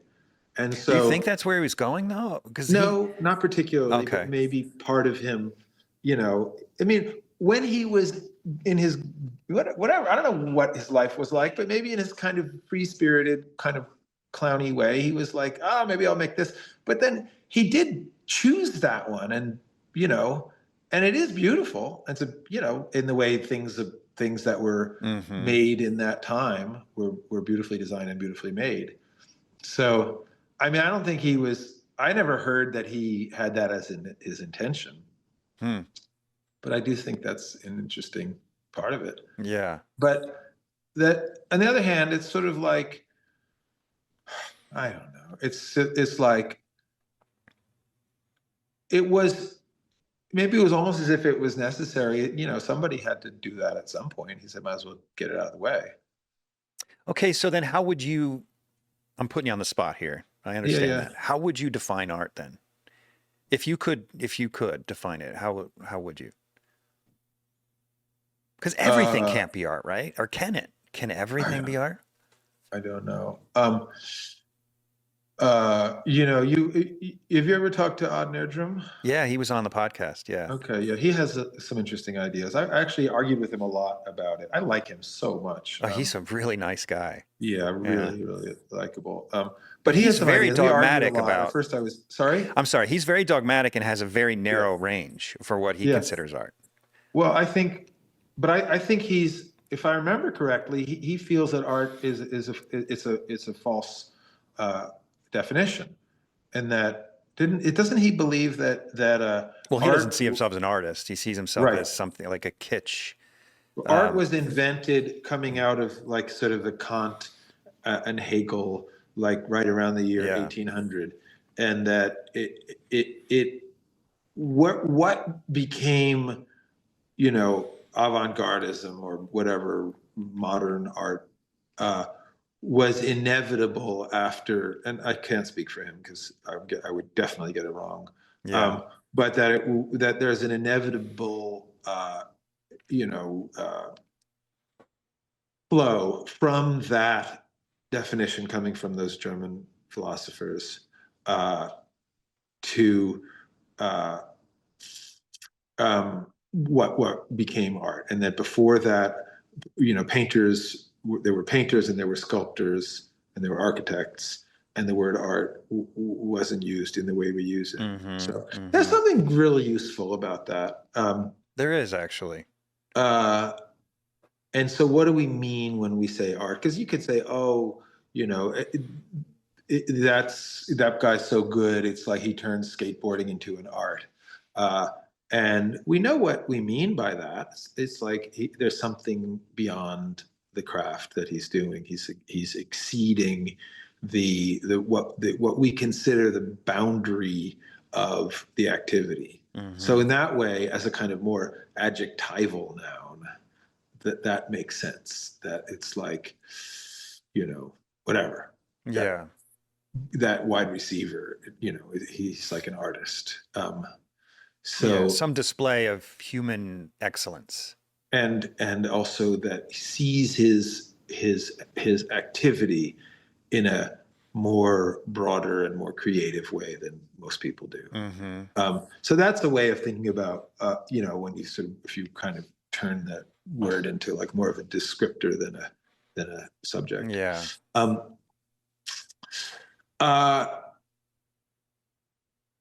Yeah, I don't know. I don't know what that means. Like, what's, you know, art? 'Cause, you know, You know, I had Wayne Thiebaud. it's what? You remember you came to the Springville Museum 20 years Yeah. ago or something? Wayne Thiebaud also came to the Springville Museum. Okay, what did he say? He didn't specifically answer that question, but he said that he doesn't call himself an artist. I loved this. I mean, and I've adopted it for my own. He doesn't call himself an artist because he doesn't think it's up to him to decide. And I think that relates to your skateboard, Yeah. you know, your skateboard analogy, because for him to say, and this is what I understood, he's passed now, so I hope I don't get this wrong, but what I understood him saying was, to say you're an artist is to say you've reached a level of excellence that that you'd be arrogant to suggest about yourself. That's reasonable. That's kind of cool. And I like so that. he says it's only up to history to decide whether or not I've reached a level of excellence that earns me the title of artist. Yeah. So, and I think that's a beautiful thing. Right. Because otherwise, what do you, like, clearly the word is applicable to in the usual use, painter or composer or um, whatever. I mean, there's a million things that right. And so it's sort of it's not very useful as a definition. Yeah. But we know what we mean. I think maybe it's just a word that was abbreviated from fine art. Maybe it Yeah. used to just be fine art, and then they left out fine after a while. Maybe. Because the fine arts, there was the musical arts, and there was the fine arts, and the fine arts, I think, were just painting and sculpture. I think that's what that used to mean. Okay. The decorative arts. So I wonder if you were to find a text from some earlier time, maybe from the mid-19th century, and they would refer to the decorative arts, the fine arts. The decorative arts would be non-representative. Well, maybe, I don't know whether like a glass vase that had beautiful figures all over it would still be called decorative art. Now I know what I'm Wallpaper. doing tonight on YouTube. I'll be researching that. Wallpaper would have been decorative art, and then Yeah. fine art would have been like paintings and sculptures. Yeah, which brings up another thing, which maybe we don't need to get into because it might be redundant. But when is a pattern wallpaper, and when is it fine art? When you put a frame on it, like it's. Well, people, I know there's a now thing of people wanting to have abstract art, Yeah. but not wanting to spend any money on it. So they'll like frame, I don't know, they'll just frame like a piece of carpet or something, or Right. or like it sort of looks kind of cool, and it's got Yeah. some texture, And they do. They often do look cool. yeah. Yeah. But yeah, so yeah, then the question of like whatever the like the toilet or the blue rectangle, it's like yeah, I certainly am very sympathetic to this kind of sense of like wanting to bar the doors and not let them in. You can't come into our clubhouse because That would be a mistake because we have a lot to learn from everybody, right? Maybe, I don't know, maybe, but I certainly am sympathetic to that because I feel like that's been me a lot, and I still have some of that. Like, Yeah. that's bullshit, man. No, I'm very sympathetic too, but I think it'd be crazy to close the door completely because, like we had talked about, there is that, at the very least, a compositional element that we can borrow from. Although, when it comes to conceptual art, like one time I was in a museum, I was at the Met, I was at a Jeff Koons exhibit. And I don't know if I've told this story before, but I'm interested in your thoughts on it. And there was, I think it was the Met, there was a medicine cabinet, the vacuum, the Hoover vacuum, and he, of course, signed them. And but they were found art. And I was there with my students, and I was just sort of joking around. So I took my shoe off, and I put it in the middle of kicked it into the middle of the floor, and started kind of looking at it like this, and just pretending it was part of the exhibit. And then about 25 people gathered around my shoe, patrons of the museum, started looking at it. I realized I was causing a problem. So I walked up to it and I put my foot back in the shoe and walked away. And it was really interesting. In the YouTube age, I wish it was a time where I could have filmed it and put it on YouTube. It was a trip. But half the people who were there looking at the exhibit with skepticism started laughing. And these are strangers, right? Half the people were really irritated, as though I had duped them and made fools of them. And it was really, really an interesting experience. That is interesting. Yeah. Yeah. Well, you were also participating in the fun of it. Right. Because, I think that, maybe some of the artists are feeling very serious about it, but probably a lot of them think of it as funny and fun. Yeah. Yeah. And you just jumped right into the spirit of the fun of it. Yeah. So and I guess I tell you that story because that's where I would shut the door, right? That's the place where I shut the door. A pile of candy, a shoe, a vacuum cleaner, but that's just me, everyone's different. What's worse about a vacuum cleaner than a toilet? No, I'd shut the door on Duchamp too, actually. So the toilet doesn't. No, it doesn't do anything for me. No toilets. I'm trying to be open-minded, and you made some very good points. But what about Yeah, I don't think I'm particularly open-minded. I don't know. I don't know what I am, but what about like, what if the blue canvas were not particularly made by anybody, but it was just some blue thing that somebody found? Big piece of blue stuff. Yeah, exactly. Would that would be fall into the category of the toilet? So it would, yeah, well, so the blue canvas, the reason I chose the blue canvas as opposed to something else like Newman painting, which I actually find kind of interesting because he arranges shapes in an interesting way. The reason I specifically chose the blue canvas is because there is sort of a void of anything. It's just Yeah, pick a color, don't worry about composition, don't worry about craft, don't worry about anything yeah, but concept, right? And if it's only concept, I feel that it's really pushing it's sitting outside of art for me personally. Like, to me, you have yeah, to have craft, some design or composition, and some concept. You can't have just one of those things, or it sits outside of art, uh-huh, in my opinion. Right. And the blue square yeah, is all concept. Other abstract painting might have some craftsmanship and some, but the yeah, blue square to me is just a concept. And and an idea to me falls short yeah, of art. Just an idea falls yeah, short of art. But I don't know. I yeah. could be convinced otherwise. I'm here to learn, I don't know. I don't Yeah. know. It makes me think that Hmm. I think it's a category problem. I just don't know if the category means anything. Yeah, maybe not. Maybe not. Maybe once we've accepted the category, we've already lost the argument. That's a good point. That's a good point. Well, all right. So let's talk about something a little different. I know you're super into working from life. But yeah, Yeah, and that's really important to you, and that's how you teach and so on. So I'm kind of curious what you think about where we're headed in art, because um, I remember when you came to Springville, you had said something to the effect, and correct me if I'm wrong, or if your opinion's changed, that maybe there's nothing wrong with working from photography, but it's a different sport. It's like playing soccer with your hands, I remember you saying. yeah, yeah. I still And think that. yeah. I think that.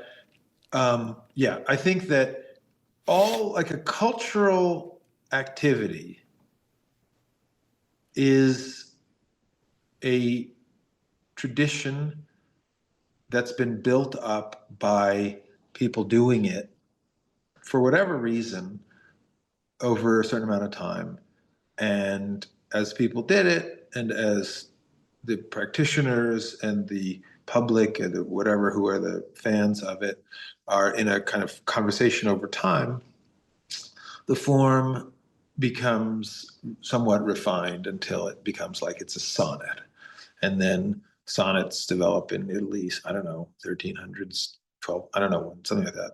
And then they go around, and this happened in England and other places. And so it evolved over a long period, and then people wanted to write sonnets. Mm-hmm. And there's the rules. There's a certain number of couplets. There's a certain amount of, like, the rhyming scheme, whatever number of lines. Um, that's completely random. Why? Why Hmm. should a person? What's so good about a sonnet? Why is a sonnet? It's not better, not better. But Yeah. became people were obsessed with sonnets, and people were. Yeah. And one of the things people were obsessed with is that there had these random rules surrounding them. And a person who didn't want to write sonnets didn't have to write sonnets. But a person who wanted to write sonnets was accepting the rules that came out of some tradition, earlier time, earlier masters, practitioners doing this particular thing in a certain way, using a certain code and referring to certain antecedents so that they knew who they were comparing themselves to, and then were trying to find a way to do the same form, to practice the same form in a way that felt both reverential to the form and to its early practitioners, or even Mm-hmm. contemporary practitioners, and fresh and in original enough for people to think, wow, that was clever. That's So operating within the stricture of a form and its like binding traditions, and then managing to make it feel original. That's cool. That's interesting. Yeah. So, and I would say that, and so I would say almost any form. It's like, you know, a whatever. Uh, Sonata form is a very particular classical music phenomenon. It Mm-hmm. evolves in some time in, I don't know, classical period in 1700s, perhaps, I don't know, 1600s, and then maybe probably 1700s. And then it gets to a very highly refined thing, and it's got a particular flow. And the Mm-hmm. composers who wanted to write things in the sonata form, it's not the same as like a piano sonata. It's the same word, but the sonata form is a sort of structure of a particular movement of a particular piece. It's completely voluntary. And if a person Mm. were to say, you're not writing that in sonata form, therefore you're not legitimate, it wouldn't make any sense at all. But on the other hand, if a person were to say, you know, I love writing these things in sonata form because I want to be, you know, Haydn and Mozart and Beethoven, and there was this incredible, super highly elevated and refined pursuit of a form. The form has to do with the rules surrounding making it. That's a great And a analogy. Yeah. modern person might say, "What the fuck, man?" You know, sorry about the language. It's all right. You know, I don't need your rules. I'm gonna like express myself. Yeah. And then they certainly should. Of course they should express themselves.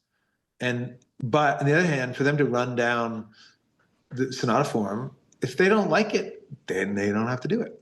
And if they don't like it, they don't have to listen to it either. But the people who love it and can't believe how Beethoven in his whatever late works broke it open, and you know the development section was, I'm speaking as a non obviously person isn't an expert, but so anybody who knows about this stuff, don't get too mad. But so the development section Yeah. is like completely novel, and he sort of does it differently and spectacularly. And you're even now you think, how do you think of that? It's so great. And it was the stricture Mm-hmm. that allowed him to do that. And so whatever, you could think about a million forms, you know, classical Yeah. forms of architecture, and can, as like we have very much, you know, I'm sure you have friends who are in the classical architecture revival world, and they're super, gosh, and they're like, how do you re-inhabit these forms, and how do you do it in a way that is both reveres them, and then you want to be playing with them and being original. Uh, and particularly in the modern world, it's like, yes, if you want to be original as an architect, you can do that. I mean, there's a million people being original as architect, and but I don't like those things as much. But the people who are original, who are discovering or reconnecting with old forms, and then being original within those forms. And those forms, the thing about a form is that an art form, the ones that are bigger, you know, older, bigger forms, they got that way because they were built by a sequence of individual people who were, for the most part, I'm describing the practitioners, the makers. Um, and they each one revered their ones before, and then shared and competed with their ones who were at the same time. Um, and so these things got very, very high. They got to be very, very complex and sophisticated forms. And so then when you dip into them now, you're dipping into something so much bigger than yourself. Mm. Um, and the idea that like you're gonna, it just seems so unlikely that you're gonna like invent an entire art form, and then that you're going to make something like that's really, really great in that form where you've got so much of the legwork to yourself.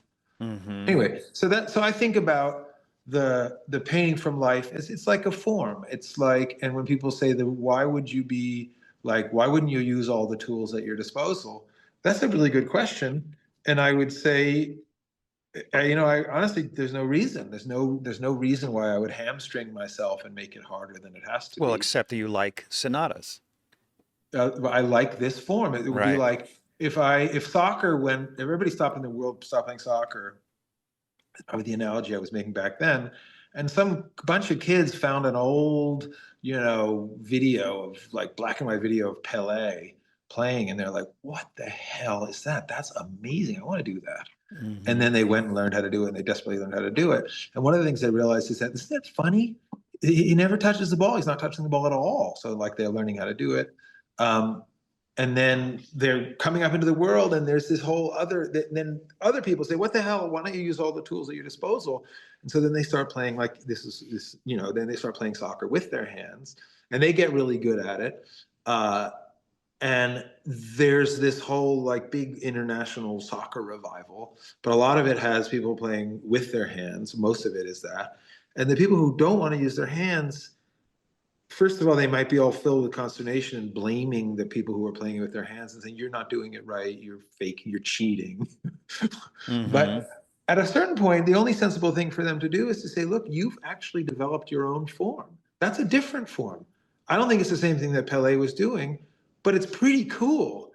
But that's not what I want to do. So I'm going to initiate the No Hands Soccer League, No Hands Soccer Revival League. And because when I try to play No Hands Soccer and I'm running around on the field, I'm not getting any goals. It's like I try to fake people out and they grab the ball and I just look like a clown. So I'm like at a terrible disadvantage. And the audience looks at the game and they're like, why is that guy playing so badly? And whereas if I initiate the No Hands Soccer League and people want to, they'll be like, wow, oh, I get it. I see what they're doing. That's really great. They've chosen to operate in a form that has a particular tradition that has its own flavor, its own aesthetic, its own inner life, and its own kind of community. And the other artists who want to do it can say, hey, I want to be part of that, or not. I don't want to be part of that. Or the people who want to be the patrons of it can say, that's really awesome. That's really cool. It looks a certain way, and the more you see it separated, the more you see the no-hand soccer players playing with themselves and not on the regular, then you realize, wait a minute, oh, I see, there's something they're doing, which there's a kind of an aesthetic that attaches to the rules that they've chosen to operate by. Okay. So that's my frame, and I feel like so for me, I like it. I like the way it looks. I like the way it looks better. Now, people might say, but you can't always tell. And they're right, I can't always tell. But on the other hand, museum professionals can't always tell forgeries. It's hard to tell, really hard to tell stuff. Just because you can't tell doesn't mean that it's a false category. Well, not only that, but art is about more than the finished product. It's about the endeavor, too, right? Which is, again, brings us back to the sort of the modern art people who would argue that the happening is the art. So it's almost like the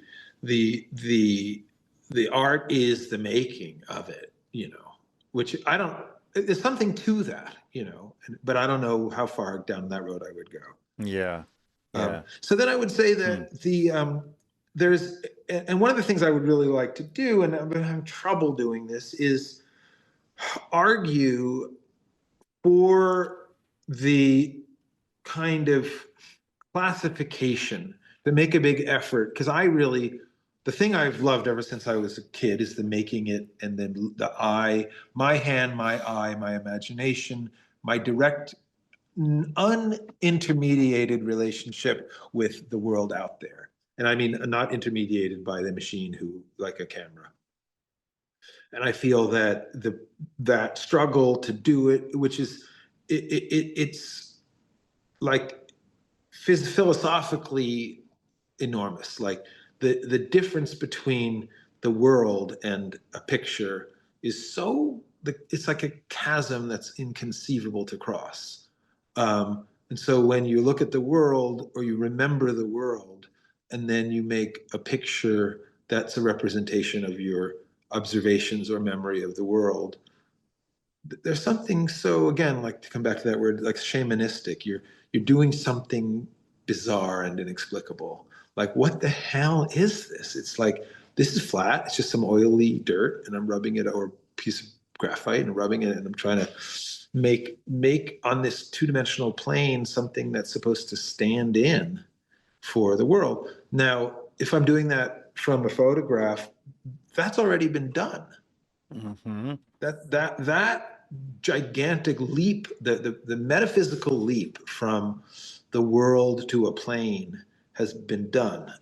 And I'm trying, I'm not saying that, I'm not trying to say it makes creating art with photographs illegitimate. I'm only saying it's not what I want to do. It's Right. a different kind of thing. Yeah. And I think this part of it makes it, to me, the most thrilling. Um, so I would love to sort of create a culture where, like my No Hand Soccer League, where people would be like, oh, I can see. And the more you kind of aggregate the people who want to do this, the more it becomes the things that I think are salient about it as a form become more obvious. Mm-hmm. And I think it's hard. It's a hard thing to do. I think, I don't know. It's it's a pretty small. I don't know. You might know better than me. I don't think there's very many people who really don't work from photographs. I didn't for about 15 years and started during COVID again. So this is a really That's personal interesting. topic for me. Yeah. Wow. Are you Yeah. tempted to go back? Oh, absolutely. Absolutely. I love working from life. Everything you're saying rings true. It feels like a different sport. It feels Yeah. like a different thing. Yeah. But I'm doing murals, 10 foot by 13 foot. But what if your drawing were a little clumsier? Yeah, that's a choice I have to make. That's not bad. I mean, That's a choice I have to make. Look at like Titian or Right. Rembrandt. Those are clumsy. Well, By the standards of modern realism, they're totally clumsy.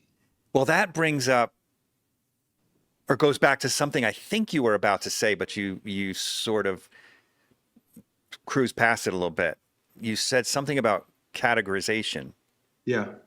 And I'm really curious interested in I'm curious categories. if what you were about to say is you wish there was a world where work done from life, work done from photos, and so on and so Yes. forth were categorized I'd love publicly. that. It would be a little bit like there's so many great beverages in the world. And if there were no beverage categories and there was like a black and white milkshake at your wine tasting, you would just be like, it's so good. Yeah. I mean, it would win every time. Yeah. But then you wouldn't be able to like have a wine tasting because or like a pilsner or something when you're so even in wine tastings it's all like these are all like California Pinots, or they're all like Riojas, and like, I mean, I don't know about that world. I probably wouldn't be able to tell the difference between most things, but there's the sense of the category is a prerequisite for connoisseurship. I totally agree with that. Even though I'm now using photography, I still work from life some, but using photography quite a bit, I would be happy to contribute to that way of categorizing art, especially because my follow-up question is your thoughts about AI, because I genuinely think that those using AI need to categorize their work as AI influenced or... This episode is brought to you in part by Rosemary Brushes. If you're one of my listeners who's a professional artist, you're already using Rosemary Brushes. But for the rest of you, come on. Take your work a little more seriously. Stop buying the other brands. It's just not worth it. Every now and then you may get lucky and buy a good brush from another brand, but use the brand that professionals like myself are using. Go to rosemaryandco.com, link in the description or the show notes, and get yourself some quality brushes before your next painting. So when they do AI, I mean, I don't know how it all goes, but I would imagine that there's a lot of people whose work is entirely digital, and they're operating mostly in the what's the word I'm looking for, in the realm of online, so there's no object, and they get a lot of like whatever followers or but then there's also probably, I imagine, people who would then make a full AI painting and then print it out and then make a painting of the AI painting. Yeah, that's so what I'm talking about. Oil painters that use AI in that way. Yes. So that's a thing. You didn't know that? No, I mean, I assume, I mean, Oh, that's a I'm thing. imagining in talking about it, because I know that there's been a kind of a in between happening where artists will basically generate the entire image through Photoshop and eyedroppers and value color scheme, getting the color scheme to I don't know, match the way a sergeant looks or something, and then importing this and importing that, cutting the figure out and blurring the edges, and then printing, and then making a finished thing. So they're doing it using. Am I right? That is a thing, Well, right? that's putting together everything in Photoshop, sort of cutting and pasting parts Right, and designing right, it in and then Photoshop. creating it and making it unified. But that you're Right. doing yourself on the computer, Right. No, and then this is you print another that level. out and you make a painting of that. That's a thing, I believe. That is definitely a And thing. That's been a thing for a long time. But what I'm yes, talking about is another step. which is then having the AI do that for you. Right. You can Prompting it. say, Yeah. I want a picture of a soulful old lady who is Right.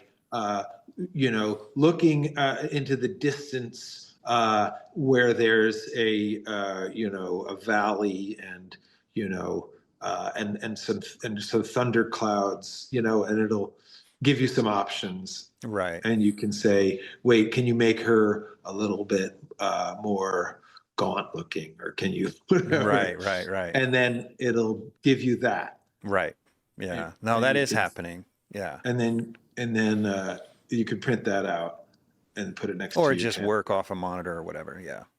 Yeah. Yeah. No, that's definitely happening. And we actually did an episode on AI. Is AI, I can't remember the title of it. Is AI the end of art, I think.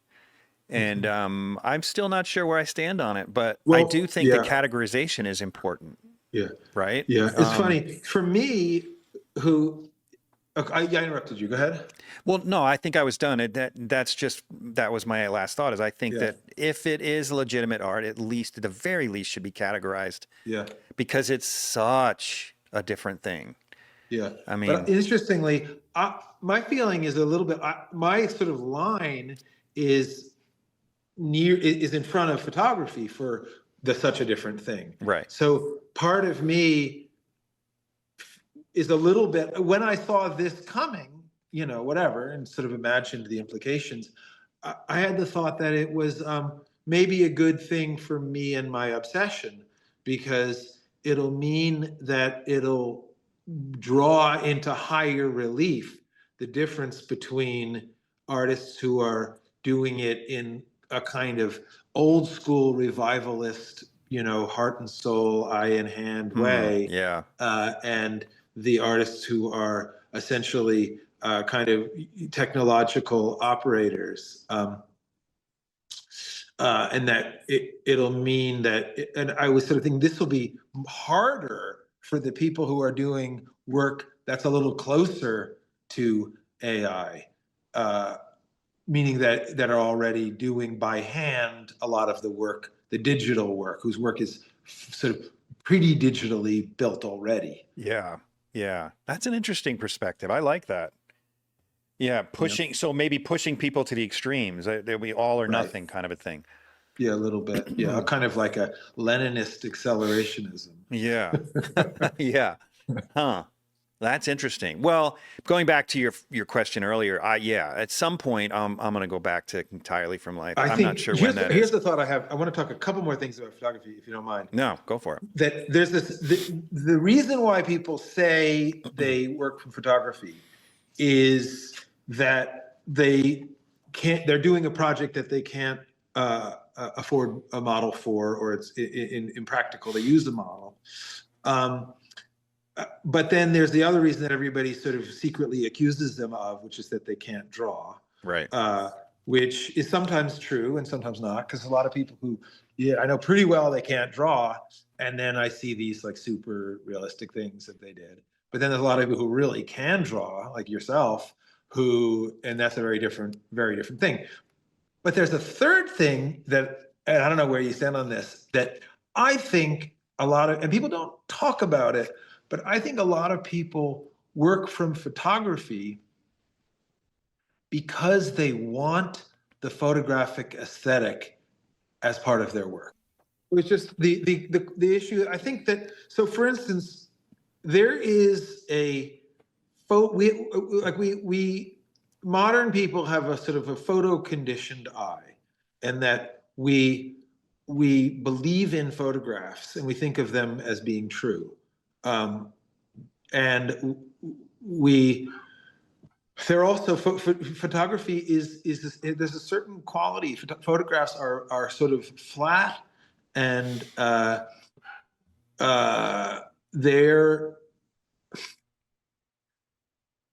there's a kind of a cool quality to a photograph. Cool as meaning in that hip?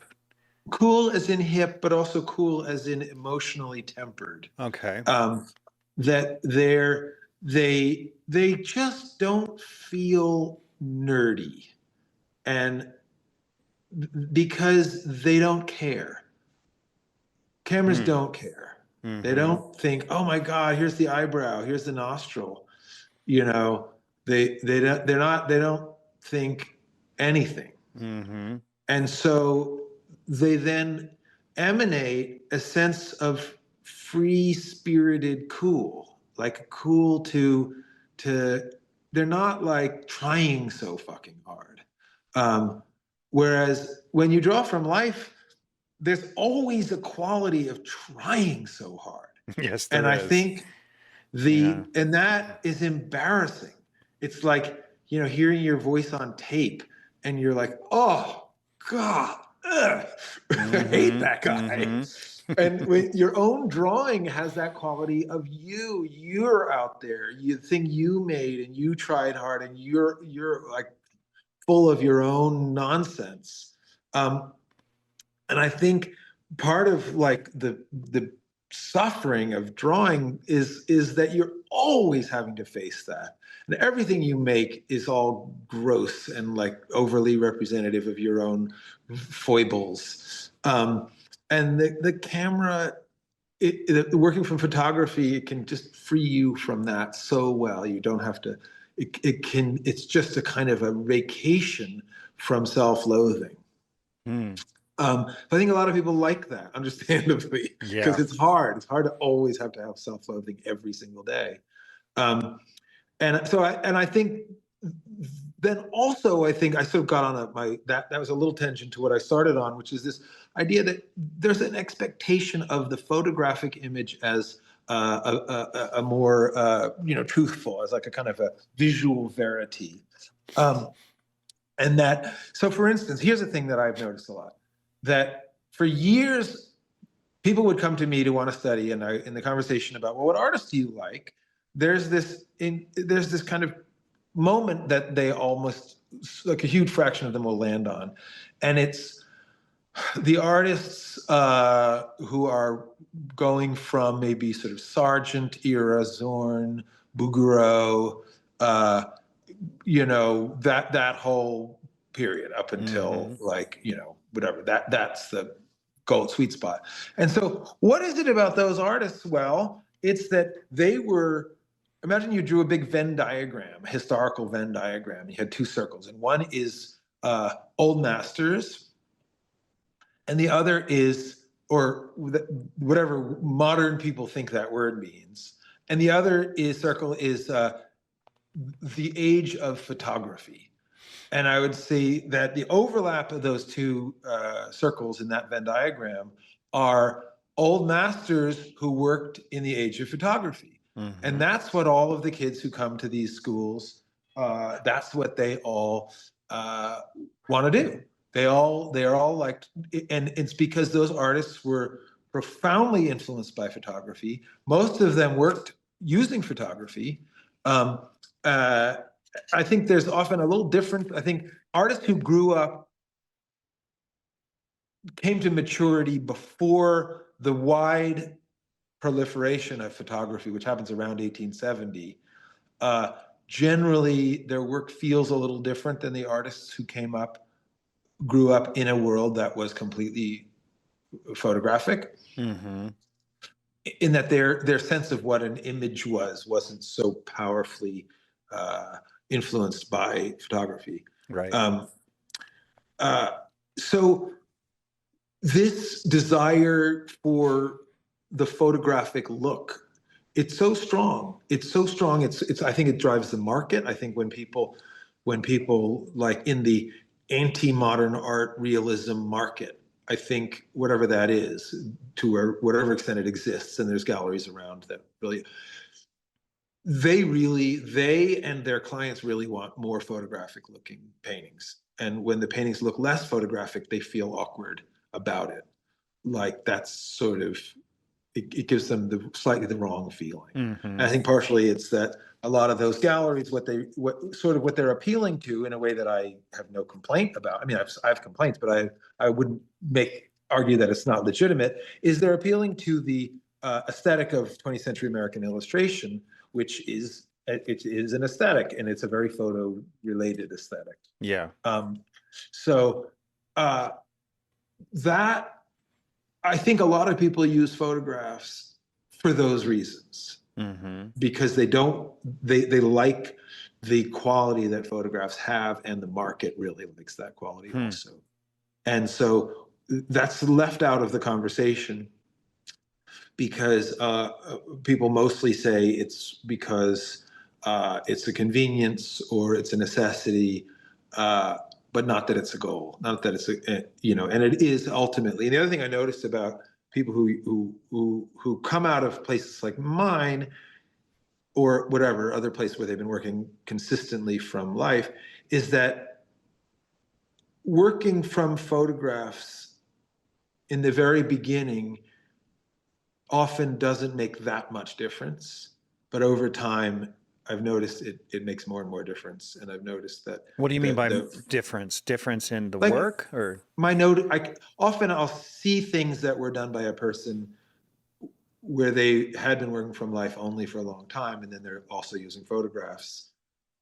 And I can't, the residual flavor of the struggle to work from life is still very strong in the work. Right. Okay. For the first couple of years. And then I've noticed, and this is just anecdotal for me, but I've noticed that it seems to diminish over time. Oh, and then the flavor of photography gets stronger and stronger. And look, I mean, I'm not even like saying it's good or bad. It's just, it becomes a slightly different flavor. That's what I've noticed. Yeah, that's interesting.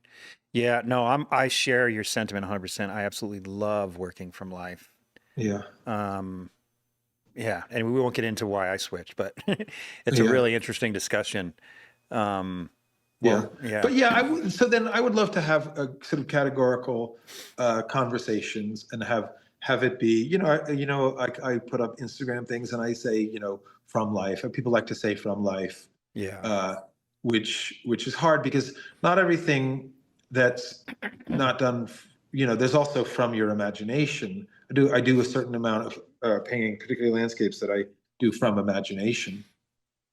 So that's from life indirectly, but it's not the act of sitting there and painting how it looks when it's in front of you. Right. It's remembering and conceptualizing and developing paintings from.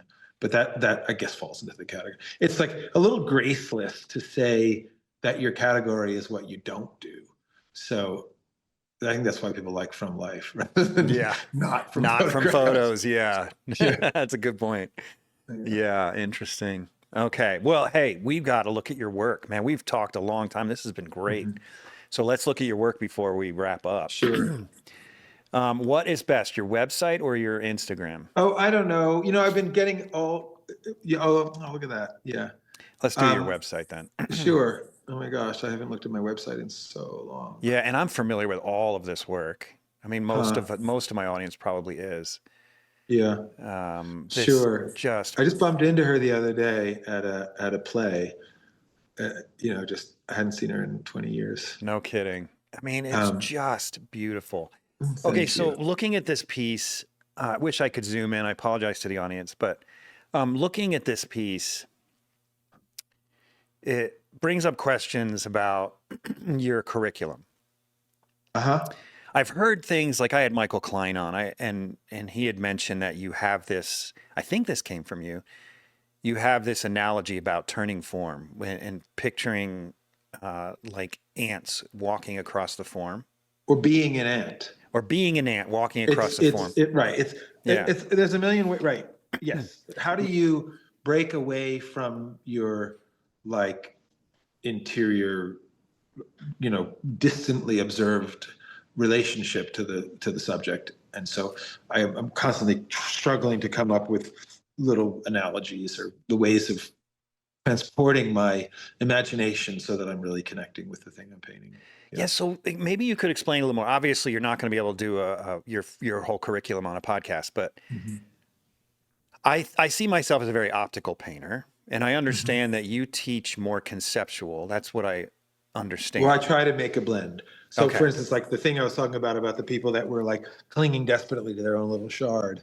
I remember bumping into people who were very optical, and they were 100% convinced that that's the truth, and then bumping into people who are super conceptual, like form conceptual, meaning anatomical constructure thinkers, and thinking that that was true, and realizing, wait a minute, no. It would be a little bit like if there was these separate groups of musicians, and one thought rhythm was more good, important, the other thought that pitch, as if it's like, well, wait a minute, you got to have both. So, well, and it would be, correct me if I'm wrong, but it would be impossible to be completely conceptual unless you're working from imagination. Almost, yeah, almost. I think people do a pretty good job of being super conceptual, but yeah. I think there's people who really can totally construct, and they don't really want to see the optical nature of things. Can you explain a little bit about that? What do you mean by conceptual rendering of form? So imagine this, that you're standing in front of your painting and you're looking at a model. I'm going to flip through your work while you talk. Okay. Your painting is flat. Your canvas is flat. Right. And the model is three-dimensional and in the world. Right. So the sort of alchemy of this all is, how do you transfer mentally the three-dimensionality of the world to the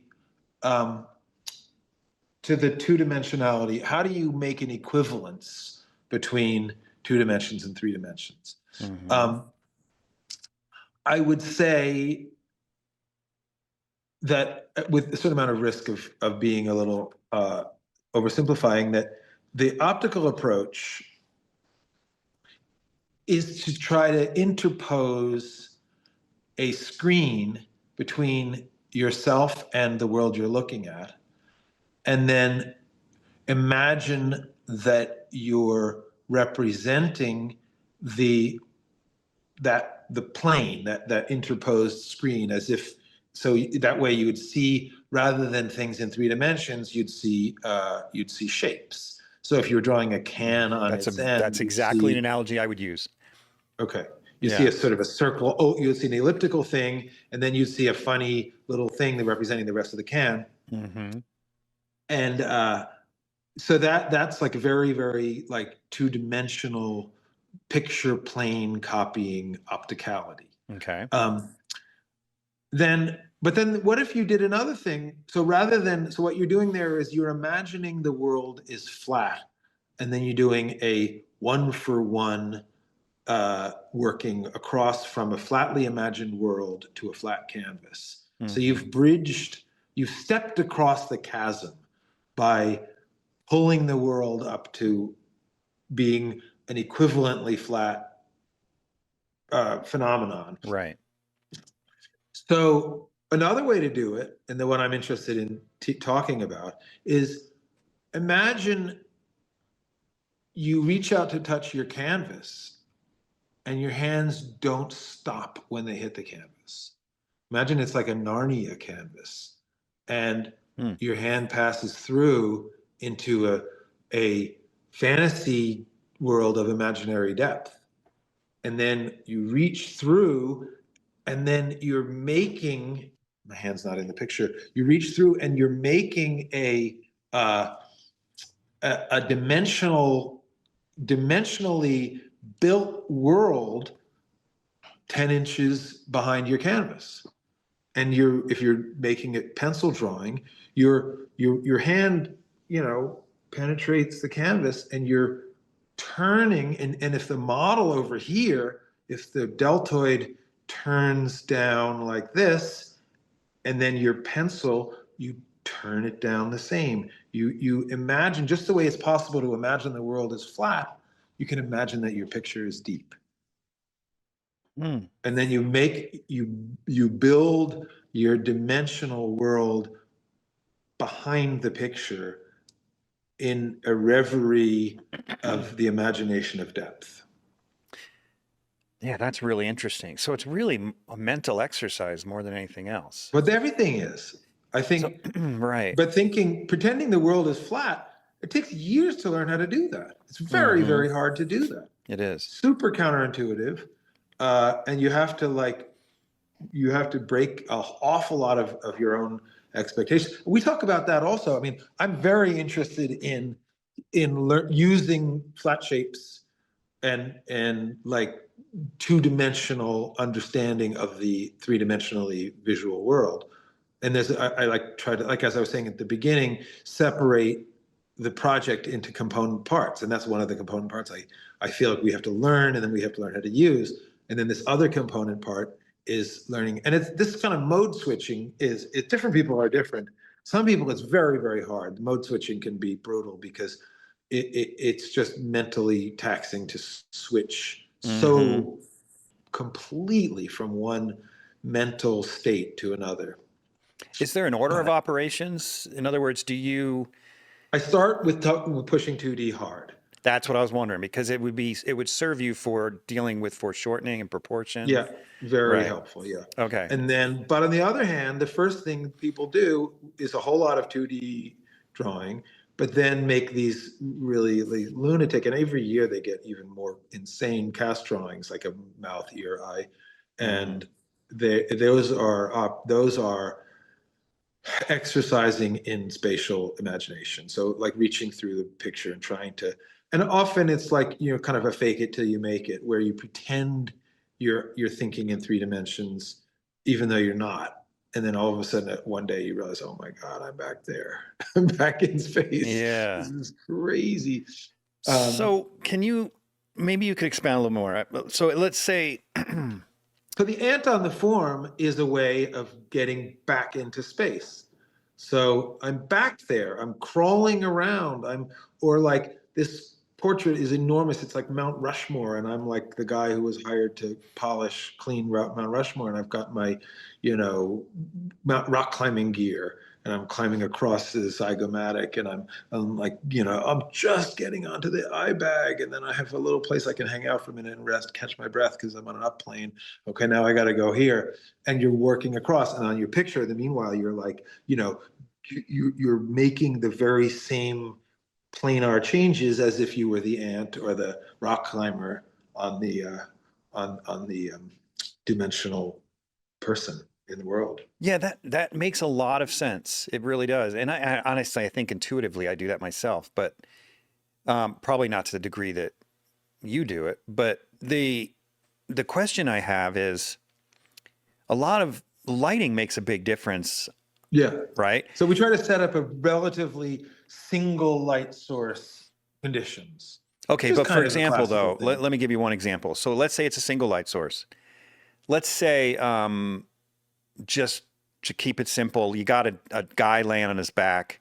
He's got relatively developed abdominal muscles, but because of the direction of the light, all of the forms of the abdominal muscles are hidden, because generally the light is hitting them on equal or relatively equal planes from an equal direction.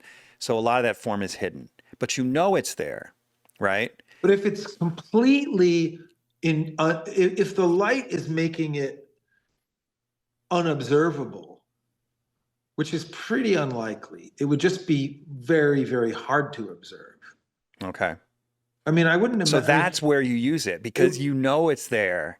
It would take a very specific lighting condition to make something I mean, my abdominals wouldn't show in any light.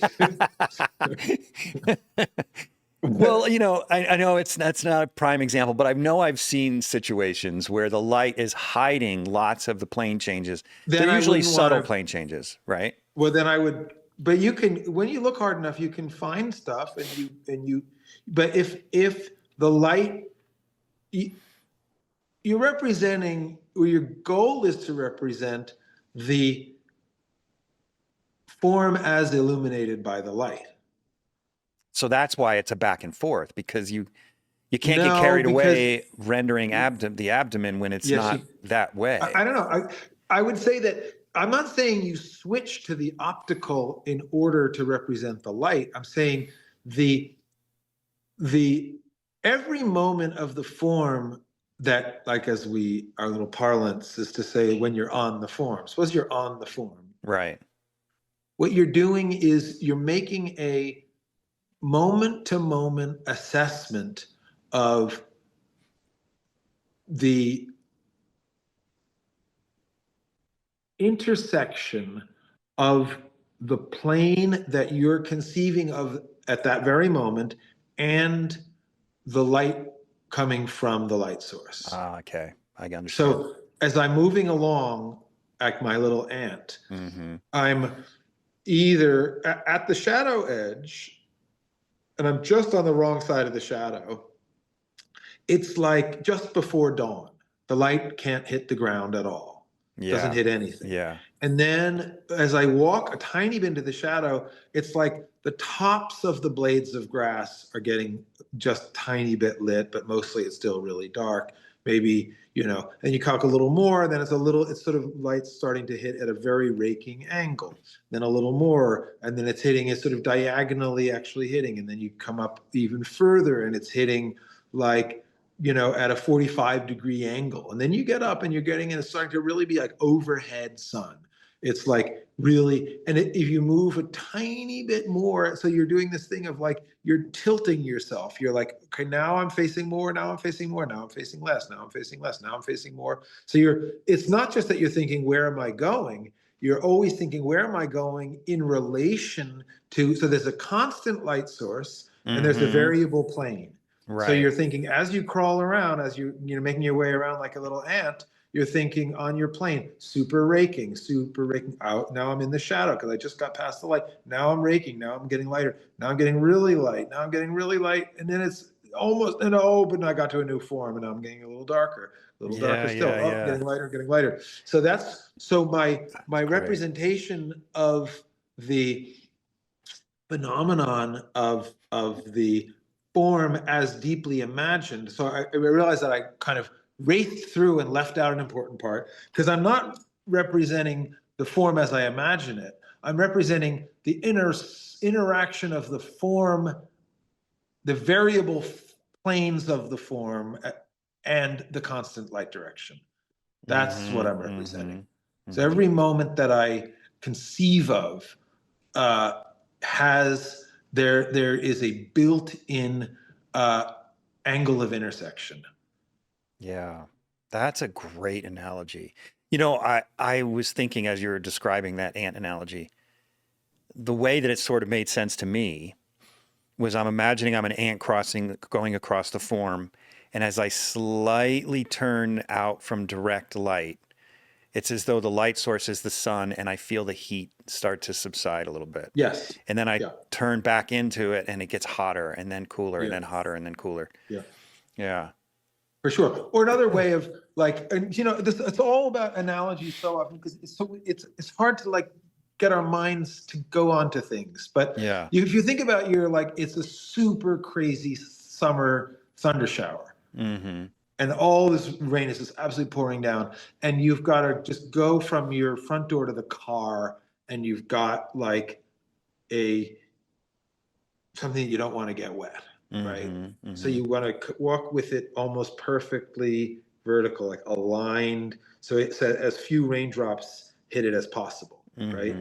If you turn it up like this, it's going to get as wet as possible. If for some reason you want to get this thing really wet really quick, you tip it up like this. And then in between, it's just a matter of degree. of like how many raindrops per square inch per second are going to hit it. Max, less, min.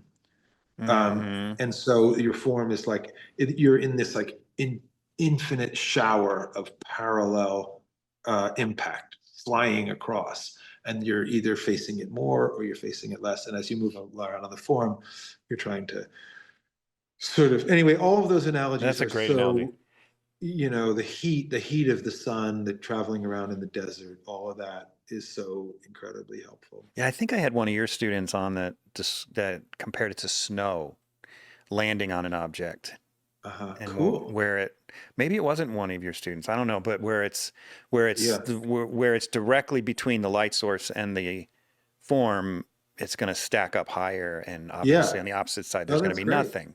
Yeah. Um, Yeah. yeah. No, that's really brilliant.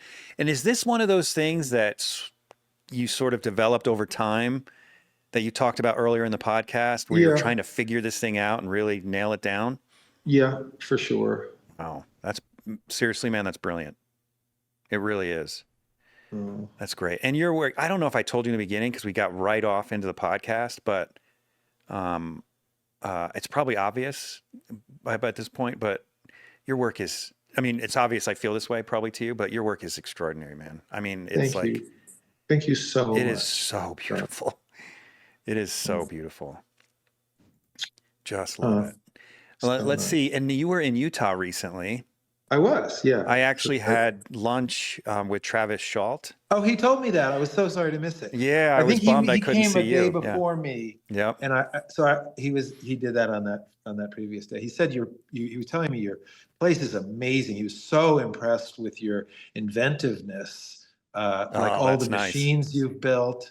Yeah, it's crazy in here. I was really jealous that I hadn't seen it because I just love that stuff. Obviously I'm not nearly as enterprising. Well, you're in New York City. I don't know how you could have a shop like me unless you were. No, like, I probably couldn't. But geez. I just love building stuff. Yeah. Well, hey, next time you're in Salt Lake, please think of me. Yeah, for sure. I definitely will. Yeah, because I'm only 10 minutes from the airport, so I'll pick you up even, take you to lunch. Love that. But I saw your posts of the landscapes you did, and they were just gorgeous, man. Thank you so much. And then they really were. Where now? I'm trying to find. Oh, Seymour. Okay. They were on. Those ones are all on my Instagram. Okay, so you don't have landscapes on here then? Oh, I don't have any of the new ones. The new landscapes. All right, so like this. Did you do this one here? That one was in northern Vermont. Oh, okay. Yeah, they're just great, dude. Oh, thanks. I mean, so where are the ones you did here? The one here is from Zion, that one with the cliffs. Okay, so that was done a few years ago, or a year and a half. Okay. Yeah. And there's a couple asked me. Yeah, that's all down there. Now, are you more optical when you're plein air? Probably. Yeah. But still pretty thinky. Yeah, I'm definitely, I got very caught up in like atmosphere and about 20 years ago, 15, 20 years ago, I started to really, really puzzle through, like, think about like what happens, how does the light work, and atmospheric perspective became a kind of obsession with me. And so that's just not an optical, that's just super thinky. But so then I still do compositionally, I will flip to very 2D optical thinking.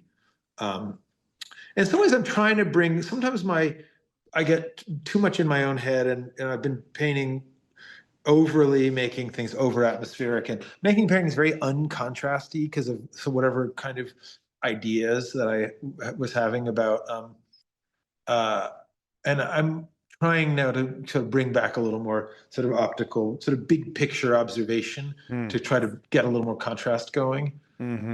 I'm sort of sick of a lot of the paintings I was making that were very, very low contrast because I was sort of chasing some idea about atmosphere. Yeah. Is this one you did? Oh yeah, Mount Timpanogos. Yeah, yeah. Look at that sky. Was it really that? That was crazy. Day? It was late afternoon, and I was looking up the hill. Oh, right. You're looking at the top of the sky.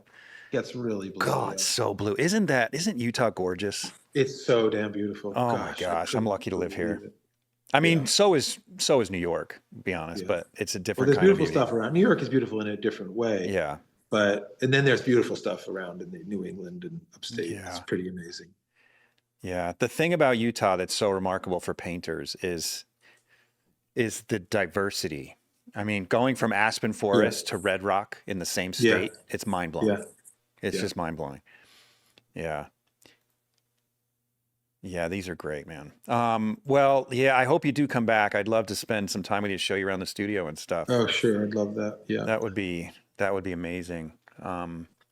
Well, so I got one final question before you before we go. If you could give one piece of advice to an aspiring artist that you had or you wish you had, what would it be?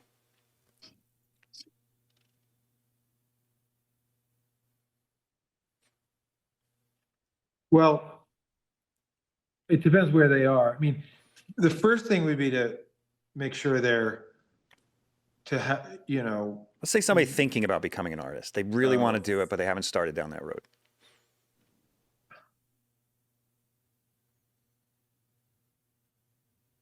one is to figure out, make sure you're pursuing the kind of art that you want to pursue. Mm-hmm. But on the other hand, you only come to understand that by pursuing it. So thinking like without doing it, I would say just to keep, I mean, the universal thing would just be to just keep on working your hardest. Mm-hmm. Keep on working really hard. Because it's hard to, especially when you get into like a context like GCA where everybody's working really hard. And that's, boy, that's nice. Contagious. Everybody is just like, and there are also one of the things that's nice about a studio like that is that there's a kind of a bunch of like whatever rules that everybody's trying to do. So you know what you're supposed to try to accomplish, and it's really hard, but it's clear. The minute you're trying to be an artist on your own, and you're not in an artificial convention, everything disappears, and the sense of mandate is just gone. It's so hard to know what to expect of yourself. Mm-hmm. Sometimes you finish art school and you're like, I'm just going to do that by myself, but there's nobody around who cares about it. Then you have to be like, so then you got to find it, and maybe it's super adjacent to what you were doing as a student, but probably it's not. Probably it's a little different. Yeah. So I would say just to keep on working, just keep on, even when you're when it's really dark and you have no self-discipline, and you have to like keep on like getting up and trying to paint. You hate what you do. Just keep on trying to do it. Mm-hmm. Comes and goes. Right now I'm in a very happy, hardworking, just in the last bunch of months. Oh, that's great. I feel like I had an incredible run for like decades of that, but then I don't know, I just ran out of steam, or I had a lot of other things in my life, but my parents both got sick and died, and like I was taking care of them, and that was a while ago, but everybody's parents die, hopefully, better than the opposite. Right. But anyway, there was a million things, and I wasn't working, and I had lost the scent. So I would give myself that advice if I could go back 5 years and just say, Jacob, just keep on working no matter what. Don't get too depressed. Just keep on trying. I get in that zone too sometimes. Oh, it's so depressing. And then when you get older, the older you get, and you have this like problem of like a lifetime of having to, continue. Right now it feels so easy. Like every morning I can't wait to get up, and I stay up really late because I can, and I'm painting and painting and painting. But that's just a moment. Because then for years I was just like, it was pulling teeth to get me to work and to think of what was worth doing. Everything seems stupid. That's stupid. Isn't that weird how we do that? It seems so irrational, just up and down, sometimes for no reason. It's such a roller coaster. Yeah. So that's one of the things I think as a teacher, maybe I've been best at with students is just sort of, because as a student, when you're younger, you're often more volatile. And, they're learning how to like navigate the roller coaster and the creative, because creative people, I think, possibly struggle more with emotional stuff. Yeah. And It's hard to be so married it's to like, one of us. well, yeah. It's hard to be married to Ouch. one of us. Oh God. So then, yeah, how do you learn how to, and that's partially why I'm such a fan of method, Yeah. because it's stabilizing. It helps me to be a little less crazy, a Yeah. little calmer. It gives me, like, if I've got a stage and I need to execute the stage, if the stage takes me 3 hours, then that gives me 3 hours to not hate myself because I'm just getting my job done. Or if the stage takes me 3 weeks, that's 3 weeks of hard work where I don't have to Oh, be man. constantly Yeah. assessing my own value. And because that's what we do. Why are we all that way? Oh my gosh, it's so bad. Do you ever, I'm assuming you demo on students' work on occasion? I do it a lot, maybe too much, but yeah, I can't help it. Do you ever just sit down at a student's easel or stand at a student's easel and just envy them that they're in that stage of life where they don't have to think about making a living? They're just show up to school and do what you tell them. Yeah, but also that, I mean, one of the reasons why I made the thing in the first place is just imagining that what if there were something I could have done? What if I could have gone? It's partially in my mind is what if some 19-year-old Jacob is out there and I want to make this so great so that he can go to it. Yeah. And then I look at them and I think, God, that's so lucky. They're all like surrounded by, I mean, they show up and, every one of them, well, not everyone, but I think a lot of them have the experience of always having been by far the most talented person they ever met at drawing. Mm-hmm. All of a sudden, they're like, what's going on around here? Everybody else is like amazing. Are they better than me? Maybe they're better than me. It's like, this is terrifying, but so exciting. So I envy them that. I envy them having that incredible context. And then being able to work really hard in, as you say, a really, really clear, it's like at this like the thrust. It's like you pushing forward and you're getting this thing. But yeah, then when they're done, they have to face the struggle of, what do they do with that? Yeah, when I demo, sometimes I can literally feel my blood pressure lowering. I'll be sitting in front of them and I'll just start working on a still life or something that they're working on, and I get lost in it. And then I walk out of their room and into my room and see the mural I'm working on, and all the anxiety just comes right back. And I'm like, ugh. Yeah. It's not that I don't love what I do, but there's so much more attached to it, than just doing the assignment. But yeah, it's crazy. Well, man, this has been a blast. Yeah. Well, thanks so much. Really enjoyed it. Really enjoyed talking. You're very, very good at this, I must say. Thank you. I appreciate it. Good conversationalist. I appreciate it. And I'm really, I enjoyed myself a great deal. I hope people find it useful or interesting. Oh, they will. They're going to love this one. Thanks again, man. Thanks for tuning in to the Undraped Artist Podcast. If you enjoyed it, subscribe. And if you could, leave a comment or review. That really helps the channel. Please share the show with your friends, and if you're feeling generous, consider a monthly donation at theundrapedartist.com. Thanks again for watching. We'll see you next week.